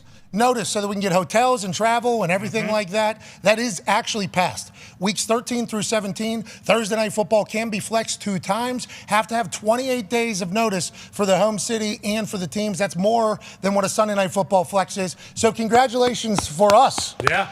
That Thursday Night Football is going to be more entertaining. And obviously to the players who are going to love this. Oh, of course. Players are going to absolutely love everything about it. Yeah, another fake bye week, boys. Yeah. Another fake bye week. Yeah. I got to play earlier, especially that late in the season, 13 through 17. Only can recover for 4 days. Have to play another game. That matters. Probably can't even walk till Thursdays most days. But yeah, I got to play another game 2 times maybe. So thank you. Thank you for your service. Go ahead and do that. Players aren't going to love it. As fans, though, we get a chance to hopefully enjoy some better games on these Thursday night matchups. So the NFL is trying to push that. And then they're like, hey, 3 quarterbacks. And then all of a sudden, bullshit kickoff, fair catch, ball at the 25 rule. I don't like that, AJ. Let's not do that. Yeah, I don't like it at all. But I think the thing that the competition committee probably feels like, hey, we could do this without making a bunch of waves. Like the general public, casual fans are not going to be up in arms over this rule because I think a lot of people might not even completely understand this rule. Yeah, and it probably won't matter because NFL kickers, will hit the ball into the end zone. Yeah. But there's going to come a time where one person's going to know the rule, and it's going to be in the playoff, and they're going to wait for a fair catch at the 9 when normally that would be a return or a big-time hit because coverage got down there. And they're going to put the ball at 25, and we're all going to say, that was so stupid. Yeah. That was so stupid. Why is that a thing? It's all safety, right? Is this all considered? This is all for safety. Yeah, but then we heard that there were stats. Stats, yeah. That special teams plays maybe, but have we looked at the field on those plays. On special teams plays? Because it's a lot bigger running. Yeah, super great. Well, and not to mention how much some teams have benefited from returns. Like the Packers season was damn near turned around because of their kickoff. Still will be able to do that. Yeah, absolutely. Still be able to do that. But on the other side of it, special teams is more than just kicking field goals and punting. Some teams weaponize how good their coverage units are, against the Packers especially. It's you got a guy who, whereas if he would be able to just fair catch every time and take it to the 25, it would benefit poor special teams. Big time. Yeah. Big time. Remember what the Raiders were doing this year. So I guess there's more shit than there is good. Clock management too, right? If there's 8 seconds left, you could just kick it in play, run that 8 seconds off, and now instead you can fair catch it way back there. Yeah, 8 seconds. Who's the returner? Where are we? How likely is it? Yeah. There's Can't so fair many. catch a squib, obviously, right? Yeah, squib is for less than 2 seconds. Yeah, but can you do so? You can't do that if they squib kick it. No, then if you catch it, That's interesting. Can you fair catch a squib? No. Once it hits the ground? Yeah. What if it's in the air, a ball's low trajectory, it's in the air, you fair catch it, and it's in the air, then it hits the ground. How's that work? Yeah, what if you drop a fair catch and then what if you double catch it? Just all punt rules, I assume, for fair catch? Yeah, probably. Lights out. Whatever it is, it's fucking bullshit. Don't do it. Yeah. Dumb. Yeah, don't. It will make the game look like, it'll just, it takes I don't know what it does. It's like when I watch a college game and you like, you know how I am here. You know my rule I can't stand, the down by contact rule. College dude catches the ball wide open and they blow it down and there's no one within 15 feet of him. Yeah, there's a lot of these rules in college. Bingo. A lot of that. Yeah. A lot of why are we. Let the boys play. Fix it. Let the boys play. But hey, lucky to be a part of the college world. We are adapting, but there are some things that we would like to keep in your league. Yep. And then the NFL league, different ones. Is that too much to ask? Sorry about it. I don't think it is. 2 different leagues. But this is a big CYA probably for the competition committee. We were told to cut down on some plays that have some concussions. I mean, this would do it. I mean, Vrabel's on there, so what the fuck, AJ? Well, Yeah, We Tomlin. don't know how he's voting, though. No, I We're don't not think sure how he's he's. I'm sure it's just a majority vote, right? Yeah, Tomlin, Vrabel, Rivera, Frank Reich. McKay. Mm-hmm. Yeah. Rich McKay, chairman. He's the president and CEO of the Atlanta Falcons. He knows. Yeah. Katie Blackburn, executive vice president, Cincinnati Bengals. She's been a massive piece of Cincinnati turning around, right? Yeah. AJ? She runs it all now. Yeah. And modernized. They have a sponsor of the stadium. They have an indoor practice facility. She's really He's right? changing the game. She is. And her kids. She has her. When I was there in 2015, 14, whenever I was, her daughters were there always. I think they have prominent roles now as well. So I have faith that she has it. Chris Greer, general manager of the Dolphins, I would assume that he is also on the side of no. Stephen Jones, no. I don't know about Stephen Jones. At all. Because what would Jerry do? What would Jerry do? Jerry would be good for the league. What's good for the Shield here? Yeah. Hey, we need 10 more plays under concussion rate. So we entered this fair catch. We're fucking there, aren't we? Get rid of him. Well, and what's his name? Still a coordinator down there? Special teams coordinator? Bones. Bones? Yeah, Bones probably has his ear. I assume Bones is not thrilled about this because they're That's what good I mean. special teams. Yeah. unit. I was thinking Stephen Jones might be for the rule. You're saying no. Well, I'm just saying if Bones has his ear. Bones. Are there a Jones. bunch of stats? Have they showed, like, I know that kickoff has changed a lot. They can't run up all this stuff. Are there stats that guys are still getting knocked out, like, at an alarming rate? I never understood it either. Like, can I see the actual numbers here? Because I feel like I watch a lot of special teams, and I don't see as many. Now, there might be certain plays and situations where it happens more often. You got people running wide open, like wide. I would assume somebody did a stat on these kicks. Or like college football said, we saw a number of this decrease by this amount whenever we added this, because everything is just for covering their ass, right? Isn't that literally what everything's for? Yeah, for now and down the road, too. Like, you don't want people to come back and sue the league for head injuries for, I was on kickoff team for 8 years, all that stuff. We don't need another one of these. Come on. No, at all. And what's the denominator, too? Need to get rid of those. Turf. Yeah. Exactly. Let's go to the phones. 500 phone line. Hey, NFL. Supergrass. We do need Need some. Supergrass. I saw, I believe, was it a movie trailer for Supergrass? Yeah, he was sitting in a dark room. Oh, yeah. Yeah. He read a letter. Mm-hmm. Yeah, Von Miller is pushing for Supergrass. It was promoted on my timeline. So awesome. Me too. I seen it. Kind of a sellout. But if it works out, it's good. Yeah. Exactly. AI will be able to figure out. I think we'll be talking to Von Miller tomorrow. Really? Nice. Nice. We were going to ask about Yeah. Get an update on Supergrass. Supergrass, no question. Let's go to the phones. Ty. What? Nothing. I can't wait to talk to him. Von's awesome. It's been a while. I feel like I'm that about? Yeah. What was that about? No, Ty talking in different accents and talking about the Supergrass. I hope it's a real thing. I hope some guys like Elon Musk have gotten on board and be like, you know what, Vaughn? I'm going to look into this. Vaughn's the front of the program. Love Vaughn.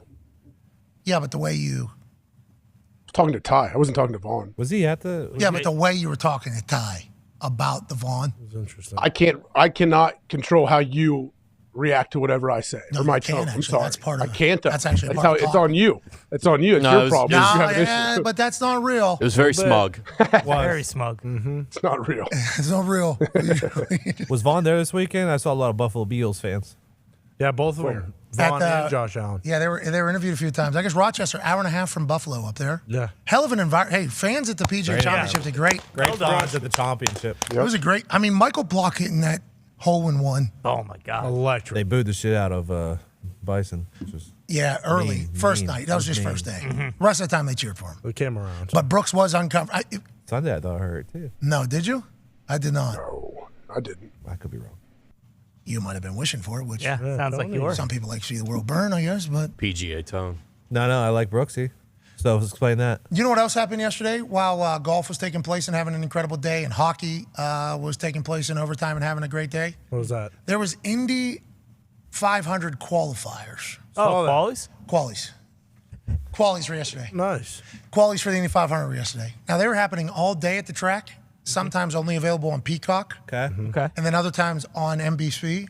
They have a lot of different ways. So you got to qualify to be in the Fast 12, so then you could potentially get in the top 6. And once you get in the top 6, then you're racing against each other in a thing to see who can get 1. But you can be no less than 6. You're racing against that. And then the bottom 5 are basically racing to like secure. There's like 4 spots, pretty much. So one person's getting eliminated, and they're racing against each other. Ooh.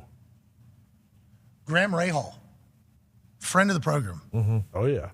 He got eliminated from the Indy 500 by an average over a 4-lap span of .007 of a mile per hour. Oh, my God. Absurd. He was sitting in his car while it was happening, couldn't do anything. So they have like this period of time where you can get out there, run 4 laps, and then they take your average speed of those 4 laps, and then that's how they rank you in the entire setup of the race. So yesterday, pole sitter Alex Palou of the Aero McLaren team ran the fastest and the highest miles per hour average in the history of the Indy 500. Wow. Fastest car to ever average to be sitting on the pole of the Indy 500 happened just yesterday for the Indy 500 coming up.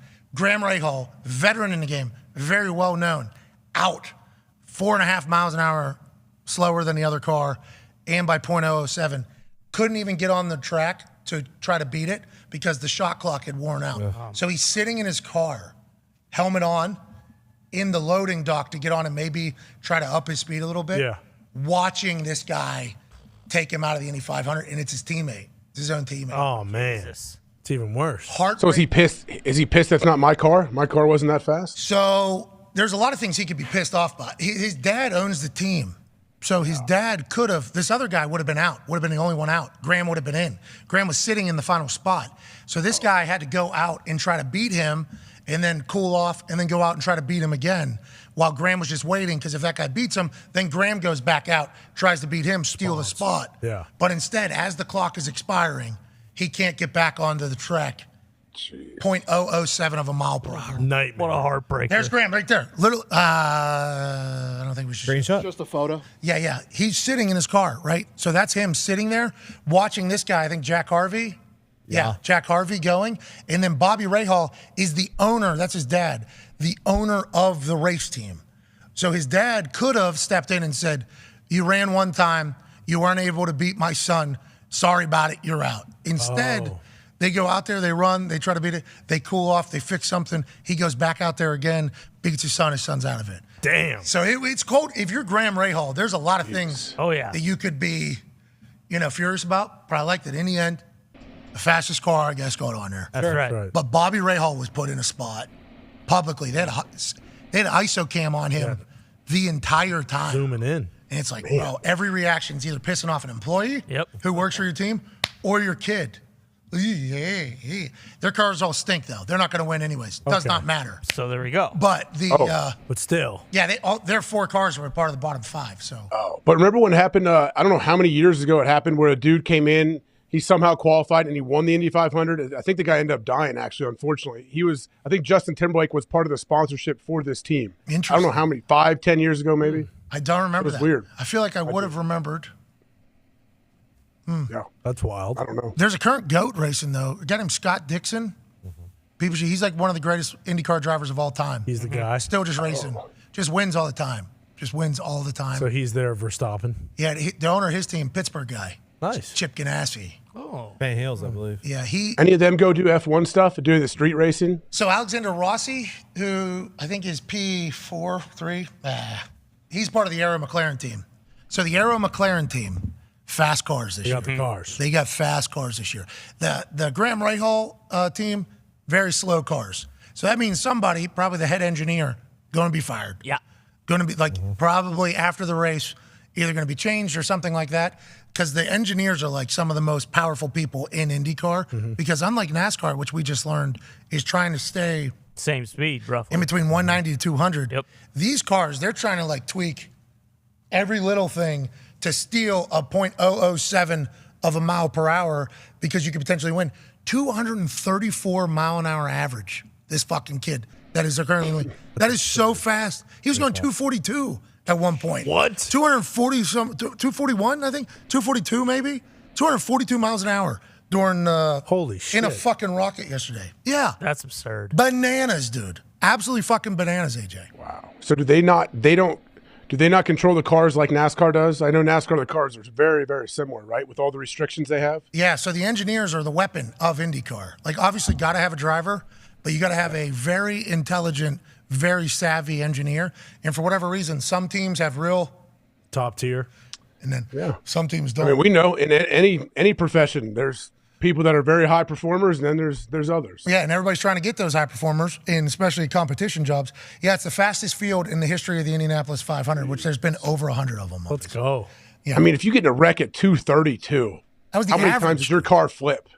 Oh, forever. They fly, too. These fucking cars fly. The Scott Dixon guy who's like going to go down as probably the greatest of all time.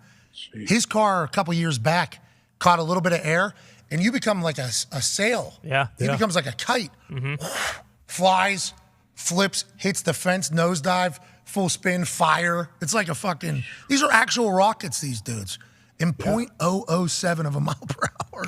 That had to be Heartbreak City for Graham. Terrible. Oh, my God. Felt terrible Especially for with him. the other car being it, in the same team. It's like, okay, we're on the same team, but you barely beat me and you got the faster cars. They're like, Graham would be a good face of IndyCar, though. So maybe he'll be able to do more media here, this week because he's not They racing. should cover it. They should bring him on for the broadcast. Yeah. Yeah, he's from Ohio. I think he's from Columbus. Yeah. Oh, yeah. From Columbus. Good dude. I appreciate it. He's done a lot of great work for me. He's a car guy. He loves cars. I know a lot of people have gotten cars from them. The Ray Good Halls work. love cars. Yeah, they do. Hey, I'm thinking about this. Don't. Terrible idea. Do not do it. Okay, thank you. good to know. Got this, though. You need it. We can't even watch that race, right? Unless you go to it. You should go to it. It's a great spectacle. Wait, what? What do you mean you can't watch it? Blacked out in Indianapolis. Yeah, you have to go. Yeah, go. We got enough They do seats that for old five. school football rule? You can't, really? So they got seats for 500,000 people. So I think their big worry is potentially like not filling it up, but they're going to every single year because you have to go.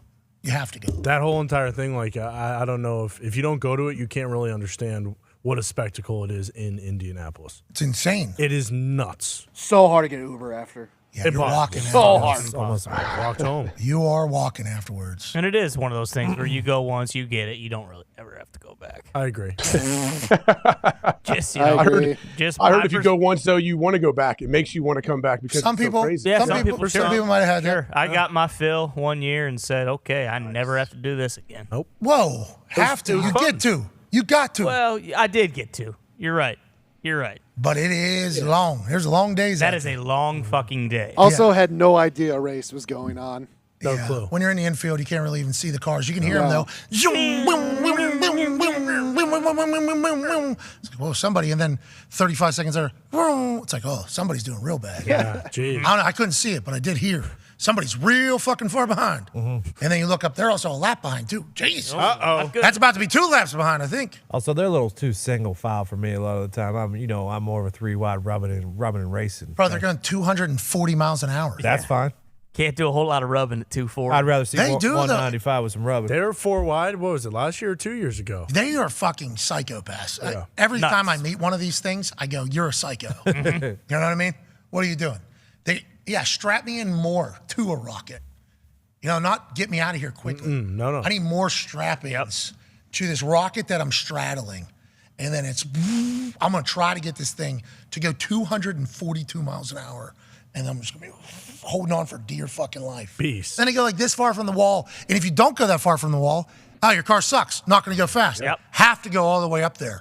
It is maniacal. It's nuts. Well, that's what, you asked Ross Chastain, if he could sneeze in his car. Those guys might be able to. I legit don't know if you could sneeze going 240 miles an hour. Imagine an allergy popping up. Yeah. You're dead. You're done. Done. Good run. They were talking about how 6th gear wasn't being used properly by some of these drivers. Oh, boy. They're trying to keep it super positive, but on the call, there's a little bit of a downshift in the wrong time there. Oh no. Oh no. Yeah, they can see everything, right? When you're on the throttle, when you're on the brake, all of that. So the engineer is watching everything. Like the engineer, even there's like sensors. I believe the back right is catching a little bit more air than the left front. These cars are so expensive. State of the art. So expensive. So like the engineer sees everything.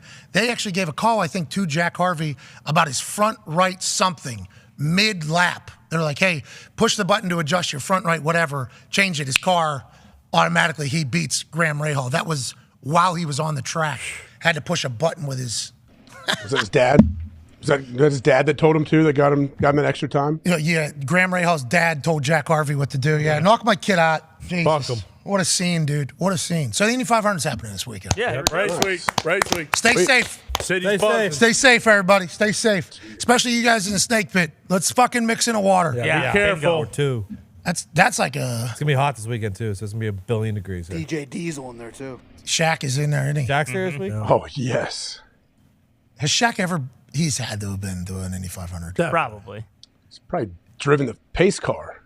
I would assume. Can he fit in it? No, they can't fit. Well, they don't drive an Indy pace car, do they? Isn't it a normal like So something else? you get a Corvette, and then you get a Mario Andretti will drive somebody in a 2-seater. Oh, that's so like sweet. Somebody Thank you, Mario. with Mario Andretti. Troy Polamalu was in there one time. The hair was fucking Hell yeah. beautiful. Yeah, it was awesome. Larry Fitzgerald, I think he's done that. So it's like almost two.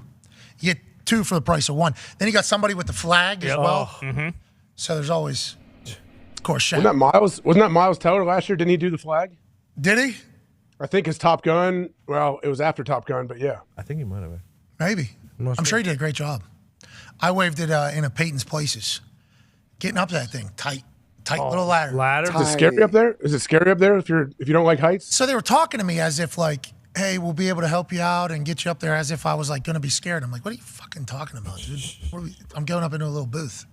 And then I start climbing that ladder, and it was a tight little ladder. Yeah. I was like, oh, shit. See what they were saying. I am up here. And then getting in through the hole, I had to turn that son of a bitch sideways. So it's like an awkward. Damn. And then you get up in there, and you are just sitting over top of the thing. It's like, yeah, this is a little sketch, I guess. Could be viewed as sketch. And then if you're waving that thing, this car's going 200 miles an hour. What if you drop that? Yeah. I mean, it's certain catastrophe. They should strap it. They should definitely strap that to your wrist. Yeah, like a Wii remote. Like DeChambeau does with that long putter. Yep. Yeah. Yeah. He does, doesn't he? He locks that So thing. weird. Oh, yeah. It's so weird watching him not only hit every shot, but even like when he putts with both arms, look like they're dead straight. Spieth now too. He's doing the same thing? Well, he doesn't do like the locked arms like DeChambeau does, but do you see like the way he works his back? Like flattened, it just doesn't look natural. It looks painful. Is he making putts? That's all that matters. True. Well, I don't know if he was this week. AJ, you make putts? Yeah, AJ's great at golf. Oh, yeah. He's a sandbagger. Forgot about I'm it. gonna get the big tall putter. I want that big old tall putter, like I'm an 85-year-old dude. So I found a hack. I found a putting hack. What? So I follow a lot of Instagram golf tip accounts. Sure. Have to. Sweet. Because listen, if I'm gonna look at my feed and it's gonna be absurd, Bingo. hopefully it'll at least make me a better golfer. That's right. This Irish fella, I think he was Irish.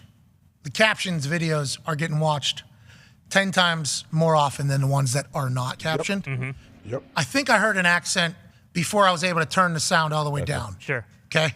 Don't know his name. We'll find it. We'll give proper credit. He told me everybody putts with like the stripe pointing at the hole.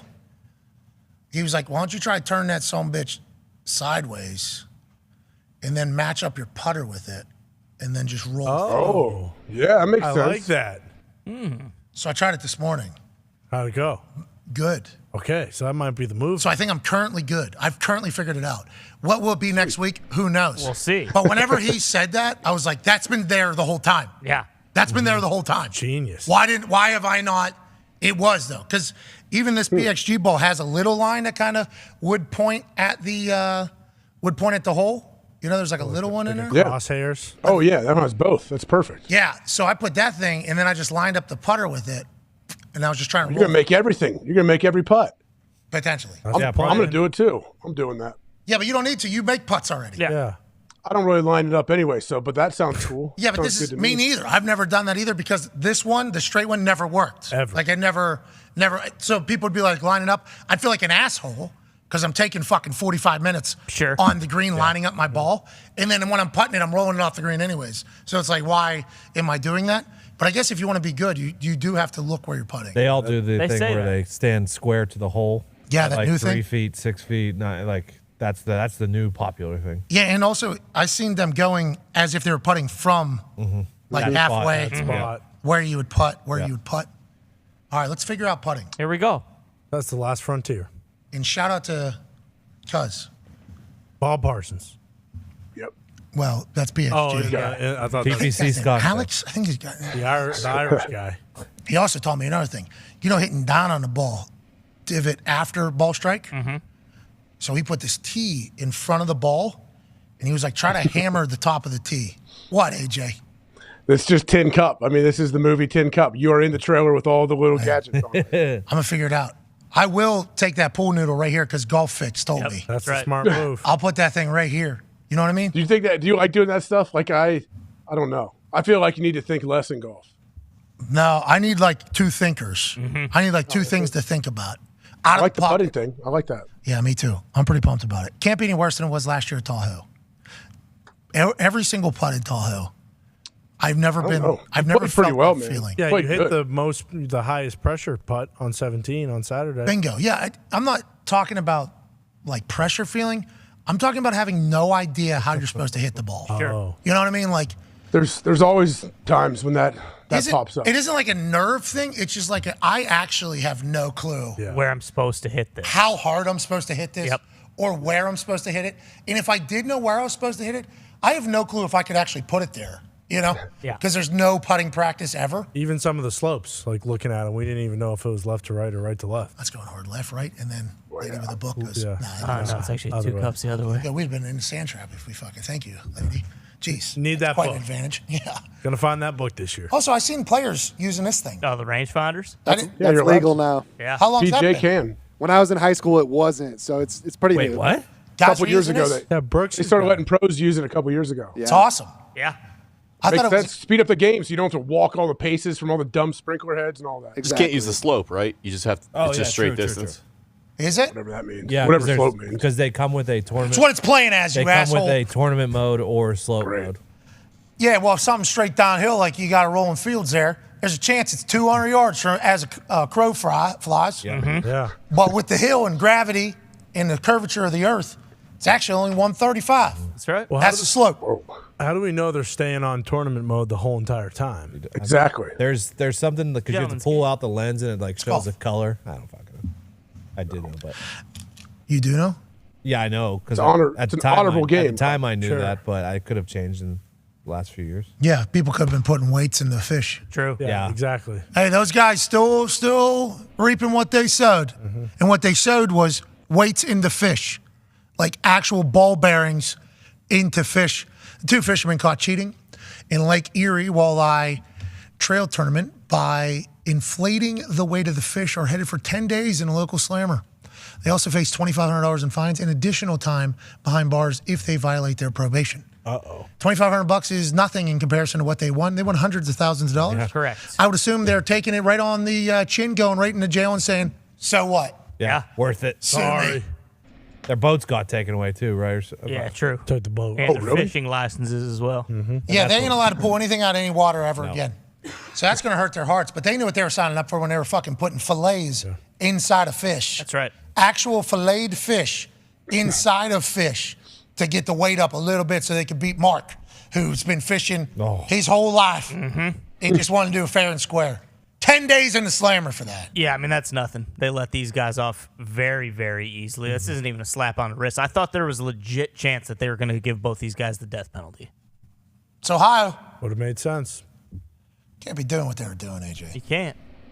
I mean, pretty obvious when you're putting bowling balls in the fish's bellies. Like, you're going to get caught eventually. Maybe. Long time they didn't. You ever? You're right.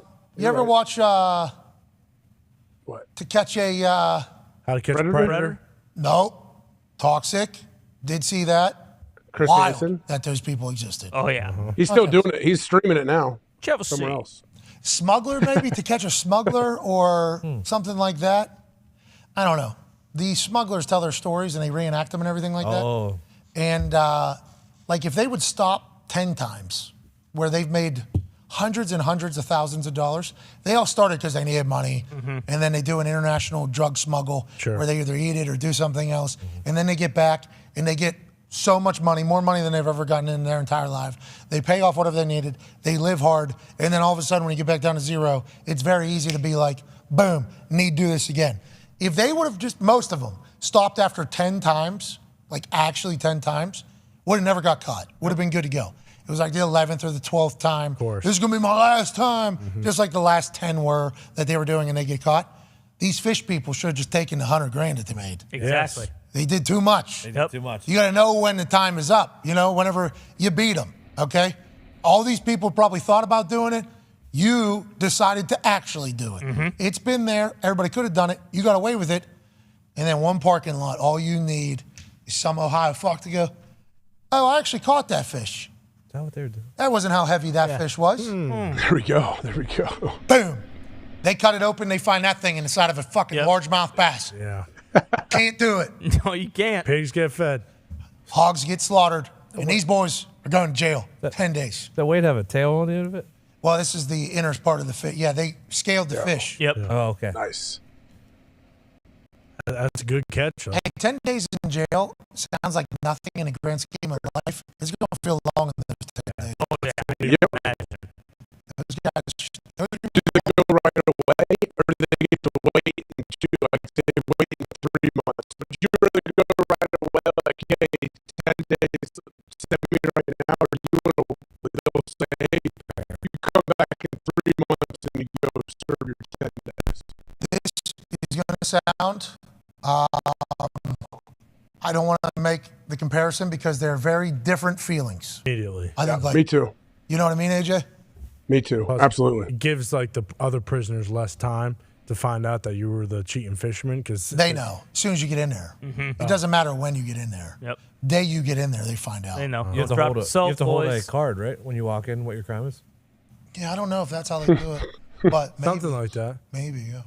I wonder how many people real in jail, how many prisoners will take actual offense to what they did, though. This fucking guy. So many. Some big time fishermen will. Yeah. You know that. Yeah. Depends on where they're going to jail. Some guy who murdered people but fished on the side. Why don't they send him to Cabela's jail? You know? They'd be fucked. They just get the shit beat out of them for 10 days in a row. Maybe out in Montana. Where are they going to? Where's fishermen? Montana. wouldn't be good. Montana. Good fly fishing out there. These guys weren't fly Louisiana. fishing, but Deep sea fishing. Anyways, happy. It seems like they won completely in this thing. Yep. yeah.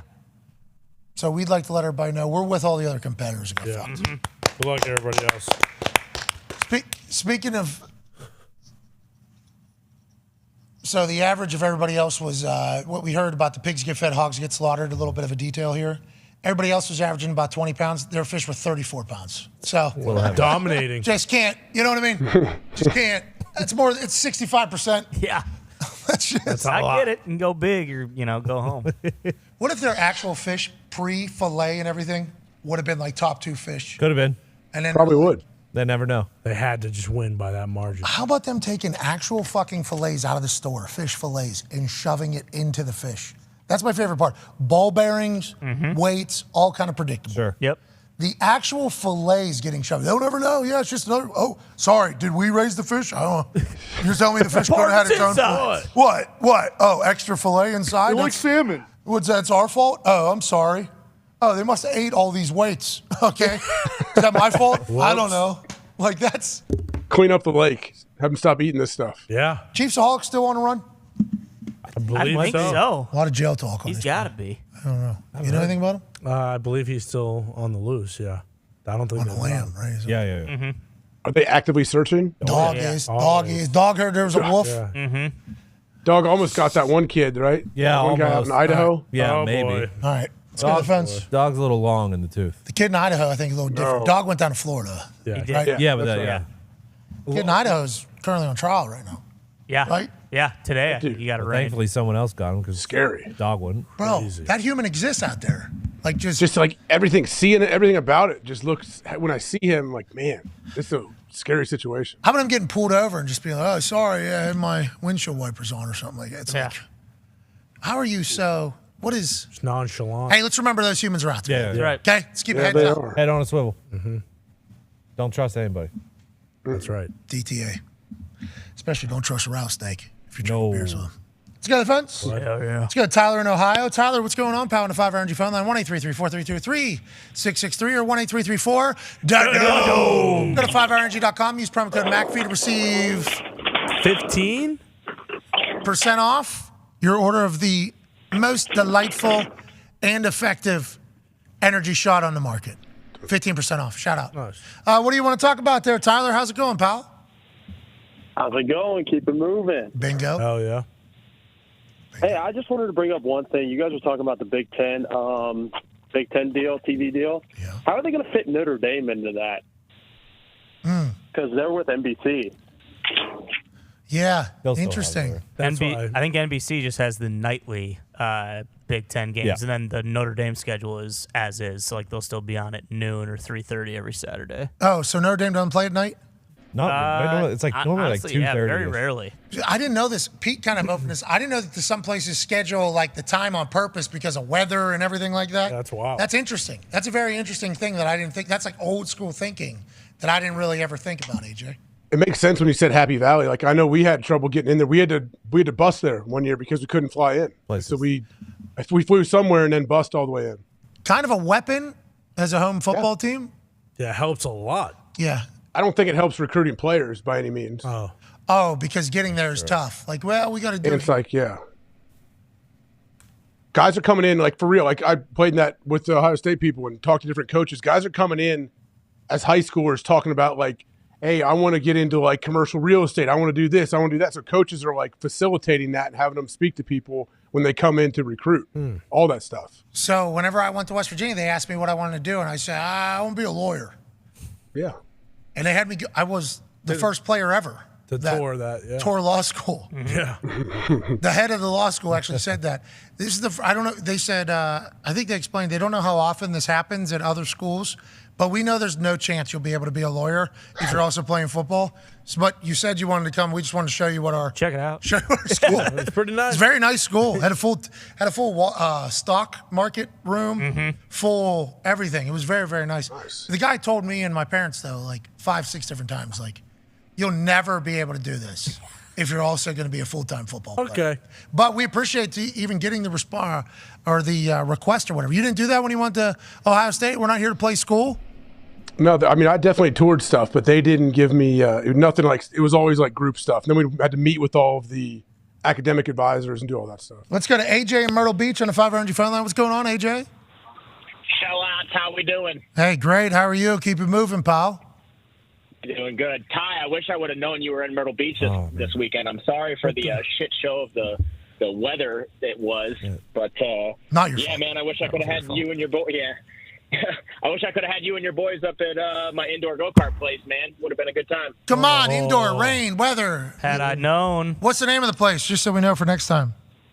K1 Speed. K1, that's electric, right? Yes, sir. Okay, we got one of those here in Indianapolis. What's the top speed on those things, pal?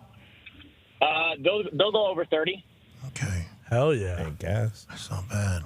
All right. Appreciate you, brother. Have a good one. Hey, Senior Frog still down there? Yeah, but I stay away from that place. Smart, yeah. Get in there. Smart. Have a good one, AJ. AJ, what had you at K1 Speed? Come on, known, but again, I was serving a suspension. It wasn't, I wasn't going down there trying to have the time of my life. Going to K1 Speed. Oh. You were trying to have the time of your life. So what'd you do then down there? I thought it was going to be a great time. Played a lot of golf. Got pissed on with the rain pretty much the entire time I was down. Yeah, but you got some sun. I think we see. I did get some sun. Yeah. Did get a little bit of sun. Yeah, you got a good shade during the suspension. Yeah, not bad. And plus, like I said, your buddies, you were just there with a bunch of people you met on Reddit. Yeah, exactly. Let's go to Reed in Youngstown, Ohio. Reed, what's going on? The 500 phone line. Yeah, boys, we'd love to know how you're doing, but we got to keep it moving. Rain, hail, sleet, snow, shout out K1 Speed. Okay, babe. Yeah, nailed it. Absolutely. Shout out. It's time for Madden football. It's right around the corner. Everybody knows that game's kind of stunk since AJ was a rookie. One feature that was pretty sweet about it was the Tony Bruno show. Now that you guys are kind of, selling yourselves out, what do you think the chances are that you would ever do a little radio show, maybe on I wonder what. Maybe on a 2K football game or a Madden. Thank you, Reed, for the question. Good idea. Good idea. Mm-hmm. I don't know how those conversations would start or happen. I've heard commentating on those video games is terrible. It is. I've heard the hours are demanding. It's a lot of repeating things, and you got to do it in like a room all by yourself, just like actual hours and hours and hours and hours and hours and hours. And then you got to update it like bi-weekly, maybe every 2 weeks. Yeah, that's what 2K does, not Madden. Madden is just one size fits all. You just do it once. Are you sure? Positive, 100%. Is this But Charles Davis? Yep. They don't change. But 2K, like WWE 2K, the NBA 2K, they update them. It might be every week. I don't know if it's every other. Yeah, 'cause people had to live in a city because they had to deal with something. I'm like, whoa, excuse me? And they're like, yeah, we gotta do this every 2 weeks. Yeah, EA Sports sells out. They don't do that. 2K does. It made sense. I'm like, God damn, I appreciate the commitment. I hope everybody that's playing, I don't really play a lot of video games, but I hope that people respect that. If we were to get ourselves into a video game as a program, we would certainly think about that. Sure, absolutely. Yeah, we certainly would. Sell out. Sell out, You sell want out. us. Look at your face. You wanted us to do it. Well, I mean, Bonnie, if we're already selling out. Yeah, I don't care. Fuck it. I'd like to make Madden better. It's about time we made Madden better. No, we'd be selling out to just make it worse. Remember, that's what fine. everybody thinks. Well, then we might as well do it. If we're going to sell out, we might as well sell out hard. That's what everybody's saying we did already. He reminded me, he brought up WWE, and it made me think of WWE superstar Stone Cold Steve Austin. I heard a story this weekend. Did you drink in the locker room with WWE superstars Stone Cold Steve Austin and WWE superstar Brock Lesnar? Larry needs a shout out too. And WWE trainer Larry? I'm happy Steve told this story. Mr. Austin. That was sweet. Stone Cold Steve Austin. Because we run a vlog of WrestleMania that Foxy put together. Yep. And at the end of the vlog, it is me coming up to the camera, flipping it off, and saying, "We did it, man," and then walking away. And Foxy says, "After 10,000 beers." What we didn't have in there was a bottle of whiskey as well. What? Right. So there was 10,000 beers and a bottle of whiskey. And Mr. Austin was talking to TMZ Sports. I believe he was talking to Mojo, who was working there. Obviously, former WWE superstar and NFL guy. And what took place is Stone Cold Steve Austin, a man I've looked up to for my entire life. Obviously, he was the blue-collar hero during the Attitude Era. He was literally my family, my community, my neighborhood in a superhero form. Basically telling his boss to go fuck himself, drinking beer, raising hell. Nobody can tell me what to do. You are the authority. Fuck off, pretty much, is what he was. Just blue-collar hero. So getting a chance to like meet him, know him, work with him during WrestleMania, crazy. Then what he did this weekend was absolutely bananas. Here's an interview Stone Cold Steve Austin did that is pretty, like crazy to think about, AJ. I've lived the dumbest life of all time. This is one of the crazier things that has ever happened. Pat McAfee's sell on your stunner at WrestleMania. Where does that rank all time? That's got to be pretty up there. Man, top three. Top three. And I got to say top three because, The Rock was number one, the way he oversold, and Scott Hall and some of the other guys that took it. But, the way he, Pat has a natural feel for the business, epic performer, great on the stick, athletically, that match he had with Theory was awesome.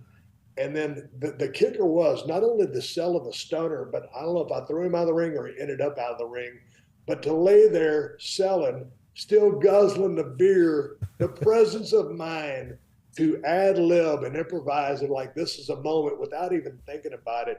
He's I think he's amazing. He's very entertaining, and as a human being, I like him a whole lot. And here's an off the record story. I was, the second night that we were at Mania, I was just planning on drinking whiskey with my Broken Skull Sessions crew. What? And so we had a bottle all lined up, and we were just going to drink during the show and show respect to the people that were working. Well, Vince called me into his room and said, "Hey, man, would you come out in the end, stun me, McAfee, and Theory?" And I said, "Sure." So I couldn't drink until after the show. Okay. So the show happens. I go out there, stun all those cats. Brock Lesnar gets done with his match, the main event with Roman Reigns. And me and Brock had been wanting to bond together and have a few cocktails to begin with. And he goes, "Hey, man, you got anything?" I said, "Yeah." I said, "Where are we meeting?" He goes, "My locker room." So it was myself, Brock Lesnar, Larry, one of the trainers who's been there forever. You know Larry. And Pat McAfee. And we took down a fifth. We just passed the bottle around. At first, we were drinking out of little cups. Then it just turned into the bottle. And we took down a fifth of Maker's Mark in about an hour. And then we all went our separate ways. And I heard through the grapevine that a couple of those guys woke up with severe headaches. Yeah. But it's a bonding moment, after a big show like that of four guys. And I've just barely met Pat. But he was already one of the boys because of his football background and how everybody, in WWE has taken to him. And me and Brock's relationship goes back a long way, as does Larry. So it was a good time. And that was one of my highlights of WrestleMania, a behind-the-scenes moment that I shared with you. Man, that was so fucking cool. Yeah. Hey, it was cool hearing him say that. You know what I mean? That was cool to hear him That's say my that. first time. My first time seeing it. Yeah, that's amazing. I mean, I'm sure you had a great time. Sure sounds like it. No, we had a blast in there. It was there was numerous times I was looking around like, it's awesome. The fuck am I doing? Yeah, here? this is wild. Tell you what, it was good vibes in there though. And Larry, I saw a lot of people tweeting me yesterday. We all wish we were Larry or something like that. It's like, well, I wish I was Larry. Larry's a fucking legend. Larry's been around the WWE for like 25, 30 years as a trainer. So he's been on the road. He's a West Virginia guy as well. I mean, Nice. he is absolute stud, but he's friends with everybody, play cards with everybody, do the whole thing. And obviously Brock and I have a hilarious friendship that I think people, there was a photo of us in New York City that got out. That got out during that whole thing. That is a friendship that I don't think anybody would have ever guessed to happen or expect to happen. But once it did, it's like, this is fucking, he's one of one. Oh, yeah. Yes. Both of them are. Brock Lesnar's one of the boys, though. Like, when he came into the studio and obviously did the interview, that was at the beginning of us kind of getting to know each other or whatever. He's a great time. Brock has always been very, very good to me. And Brock has to live a vastly different life because of how, like, recognizable he is. He's Brock Lesnar. So, like, you see just, like, that's the biggest white I've ever seen. Yeah. He is so broad. He's just, like, as wide as every door. Tall, always has like cowboy hat on too. So anywhere he goes, it's immediately like, if you don't know who it is, you're immediately saying, what the fuck is that? Yeah. And then you're finding out. So like, I think he, doesn't let a lot of people into his world because of said thing. So getting a chance to become friends with Brock Lesnar has been a legendary thing that I'm very thankful for. And he is a hilarious human being. Absolutely hilarious human being. And then all of a sudden, because I got a text from Brock, it was like, hey, what are you doing? And I was like, I got to fly back. We got the show tomorrow or whatever. Yeah. He was like, come through my locker room or whatever. So I go into his locker room, and Steve and Brock are sitting there, and there's like 50 beers in the cooler in the middle there, all Steve Weiser's beer there. And I come in, I'm like, oh, this is awesome. And I go to Steve, I'm like, man, you stunned me, you son of a bitch, rattlesnake. And they go, have a beer or whatever. So I have one beer, and then we start talking about it all. And as I'm drinking it, I'm like, this is hilariously absurd. And then Larry comes in. I think he's the one who brought the bottle. I think he had the bottle from the whole thing. Beast. And then all of a sudden, it just started going. Yeah, I guess this is what we're doing. It just started going. And it was Got to finish it once you start it, right? awesome, dude. It was incredible. And I didn't want to say anything to anybody ever. I didn't want to be the one that was like, yeah, I got boozed up with Stone Cold Steve Austin and Brock Lesnar. In the middle of a Dallas Cowboy locker room, too, because we were at the Cowboy Stadium. So the locker room that Brock got was one of these monster locker rooms. Music playing, obviously, in the back. It was awesome. And I'm eternally grateful for this dumbass life that I get to live. And I appreciate the fact that the GOAT, Steve, gives me a little bit of a how you doing? And I'm very lucky that I can hopefully have a moment that'll live on forever in both their minds as a super positive one. Absolutely. I think it was a good time, AJ. It was a good time. I'd say that's a good positive story you could hang on to. Everyone involved. That had to be, Yeah, especially I'd the fact that say. it was in Dallas too. Like, I'm thinking it was. Connor's over there thinking, yeah, that'll do. So we're done? Yeah. Jenny's over there like, Yeah, that'll do. Anyways, I'm thankful. That was cool to listen, to hear. I heard that first time today, AJ. I heard that first time today. I guess it was from this weekend. That was a crazy moment. Happy we brought it up. Excited to acknowledge it. And then we move on to a massive day tomorrow. We got Von Mueller on. Here we go. We got Rap League meetings. Rap Sheet, who, remember, let's enjoy it while we got it. Good point. Maybe. Yeah, because he said he was happy Friday. He wasn't. No. Well, he's drunk in the back of a car that is sitting in a child seat that his wife is driving. That's true. With that other couple. To the Preakness with I'm Benny. starting to think that I don't think he drinks as much as we think he does. I think you're wrong. I think When he was here, I think it probably only takes like 1, maybe 2 drinks. Okay, you're saying it would be impossible for him to drink as much as we say he drinks, because if that was the case with his stature, he would be such a gone drunk, he would not be able to operate in the fashion that he does. Yeah, but you have to remember he used to look like Big Ben when he was rowing crew. Yep. So True. He has drinking. That's his roots. Yeah, he was on Anjou. Mm-hmm. Yeah. Sweet shades, too. So sick. Days of the week, yes, but an amount of alcohol. All right. Oh, you're saying like his frequency, but just not the volume. Yeah. You're saying he might have 1 drink a night. Right. Why do they wear singlets? Because you want to show unity. Yeah. And aerodynamics. And they said Got it it. makes their ball sacks look good. I mean, old buddy 3 from the back. Does Ian just punking this dude? Look at Ian's arms compared to the guy 3 back. So 3 back from the front or 3? 1, 2, 3. Third guy at the shades. Pete Davidson looking guy. Yep. Sure. Got it. Second guy looks like Maddow a little bit, doesn't it? Yeah. Yeah. There's some Maddow. Could about be. the 4th guy? Could be Maddow. Fourth guy. Maddow a little pissed off Bill there. I think. Oh, 5. Oh, I missed that. Oh, I missed 5 and 6. This team was nothing to fuck with, bro. No. Is that Matt Damon? Fourth guy's Is Matt Ian Damon. 30 years older than everyone on his team? Well, he's definitely on more Anjou than everybody. Is there somebody in the front going, ho? Yeah. Oh, yeah. Ho! Right in Locksman's front right of there. Ian. Ian's got a Rolex on. Yeah. Well, got to keep the time. The Submariner, yeah, you have to. Yeah, team captain wears it. Let's go to Tyler in Illinois on the 5 Energy phone line to wrap up this glorious Monday. What's going on, Tyler? Hey, boys, how we doing? Keep moving. Love it, Tyler. Hell yeah. Hell yeah. Boom. Man, people struggle with that one. It's hilarious. Not you, though. Shit. Hell No. Not you. Hey, not you, Tyler. Professional. Tyler, especially on his last call this Monday. Tyler. Come on now. Hey, Tyler. Let's go. Hey. Hell yeah. All right. Congrats. First off, on everything. You guys are sweet. I'm ride or die. You're sweet. No matter what platform, Okay, whatever Tyler. you guys do. Thank you. We appreciate it. What if we sell out, though? Hell yeah, brother. No, hey, I'm selling out with you. Oh, I'm there. Hell yeah, brother. my God. guy. Sell out. Appreciate you, man. Yeah. What's going on, Lovely Tyler? guy. Question.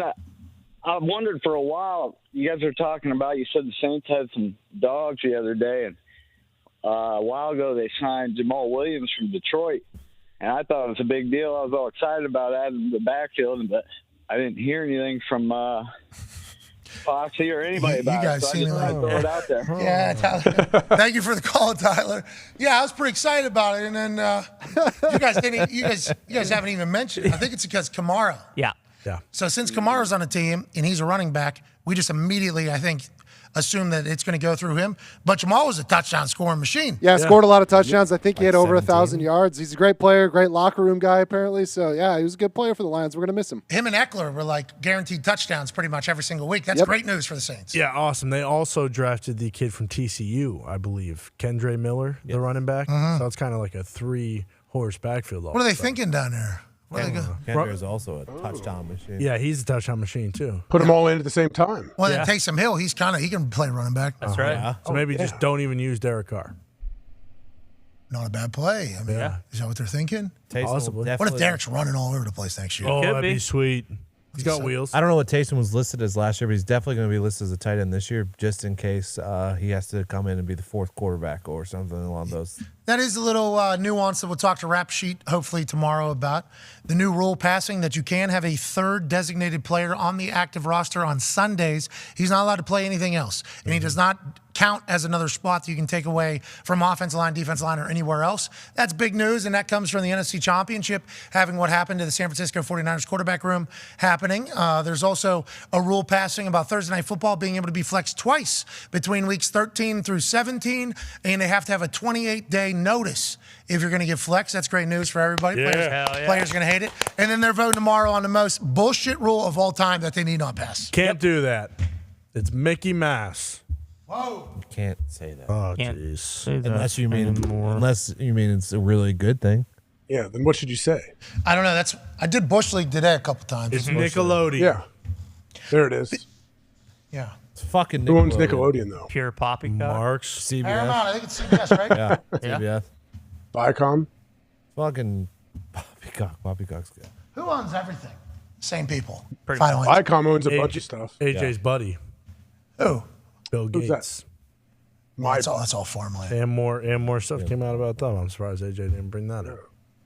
All right. That's your angle, con man. That's not me. You're the one that always says it. Is this something I need to know, or are you guys making I think shit it was up? pool party news. There was some other things. Definitely don't need to know right now. Oh, you guys are making stuff up. No. No. Really? Couple tweets this weekend. I mean, I don't know if it's like pool party shocking. island stuff. It's not shocking. No, it's not. But definitely, people are shedding more light on it. Whoa! Making the rounds. Really likes to play bridge. Yeah. Yes, he does. Like shuttlecock. Seems like a fun game. No, that's badminton, Tony. Okay. I'll look into it. I'm going to. Yeah. Yep, you should. All right. Let's make this, huh? Yeah. What do we say? Come on. Come on. What are we doing? Merches? 15 people get Microsoft computers for Okay. Bill. Do they make those still? Does Microsoft still make computers? I hope not. Yeah. Because of the story you heard? Well, who makes PC? Who's using computers? What? I guess Phil, you Bill remember and Phil's terrible computer that he had to use? Oh yeah. Or chose to use? the Dell. I guess part of his work day is telling him this shit don't work anymore. So you're going to need to update. It's awesome. CFO Phil is operating the first ever computer Yeah. currently to this day. Microsoft Surface would be the thing we give. Oh, there it is. Of course. We're not going to do that. The merches. Nope. How about a couple merches? 10 merch. 10 There you merches. go. Yeah. There you go. There you go. Merch Monday. Oh, no. Oh, it is Merch Monday, isn't it? Yeah, Merch Monday. That one looked good. No, it didn't feel good, though. I've been doing a lot of upper body, AJ, trying to get jocked. Yeah. But I got to Good stop job. eating as much, though. You know what I mean? The balance. By the time fall comes around and we're on every TV in every airport, I'm trying not to be a big fat stooge. Exactly. But I think I'm staring it down, AJ. I think I'm staring it down. How do you Especially feel, with this though? baby. Huh? Don't you feel good, though? Don't you feel good? You feel jocked? Arms feel jocked, but I feel very large, though. I mean, every time I put something on, it's like very uncomfortable. So it's like, I think you look good. well, thank you, AJ. That means a lot. I look like a big fat stooge right now. The only reason why I know that, during the release video of the ESPN thing, did you see it cut away to former versions of me in the same exact video? And you did that. I was like, oh, I'm 30 pounds lighter right there. Jesus Well, Christ. no, you- How come nobody's giving me a heads up about what happened to the face there? You know what I mean? Just got to get healthy. I don't know. Got to get I healthy. think you may be a little overly critical of yourself. Yeah. So No, I got to get healthier, though. I got to live better. I got to live longer. I got a baby now. Exactly. I got to true. live. You know what I mean? Yeah. that's true. Yeah, I get it. I used to be like, fuck it. Right. Yeah. Who cares? That'll do. Do. Yeah. Get going. Yep. Bottom Yeah. Wow. Come on. 10 merches Clean. on this beautiful Monday. We can't thank you enough for joining us. All you got to do is retweet this video, say something nice to somebody, and put the, nope, we'll reach out to you if you won. Yeah. Have an incredible Monday. We'll be back tomorrow. AJ, great work today, AJ. Great work, Talks the Table. Tie back for suspension. Great work, Tony. Hammer. Dahn is in 15 minutes. 10 minutes. Hey, good work in the back there. Hey. Nice job, boys. Way to go. All right, everybody else, thank you all so much. Goodbye.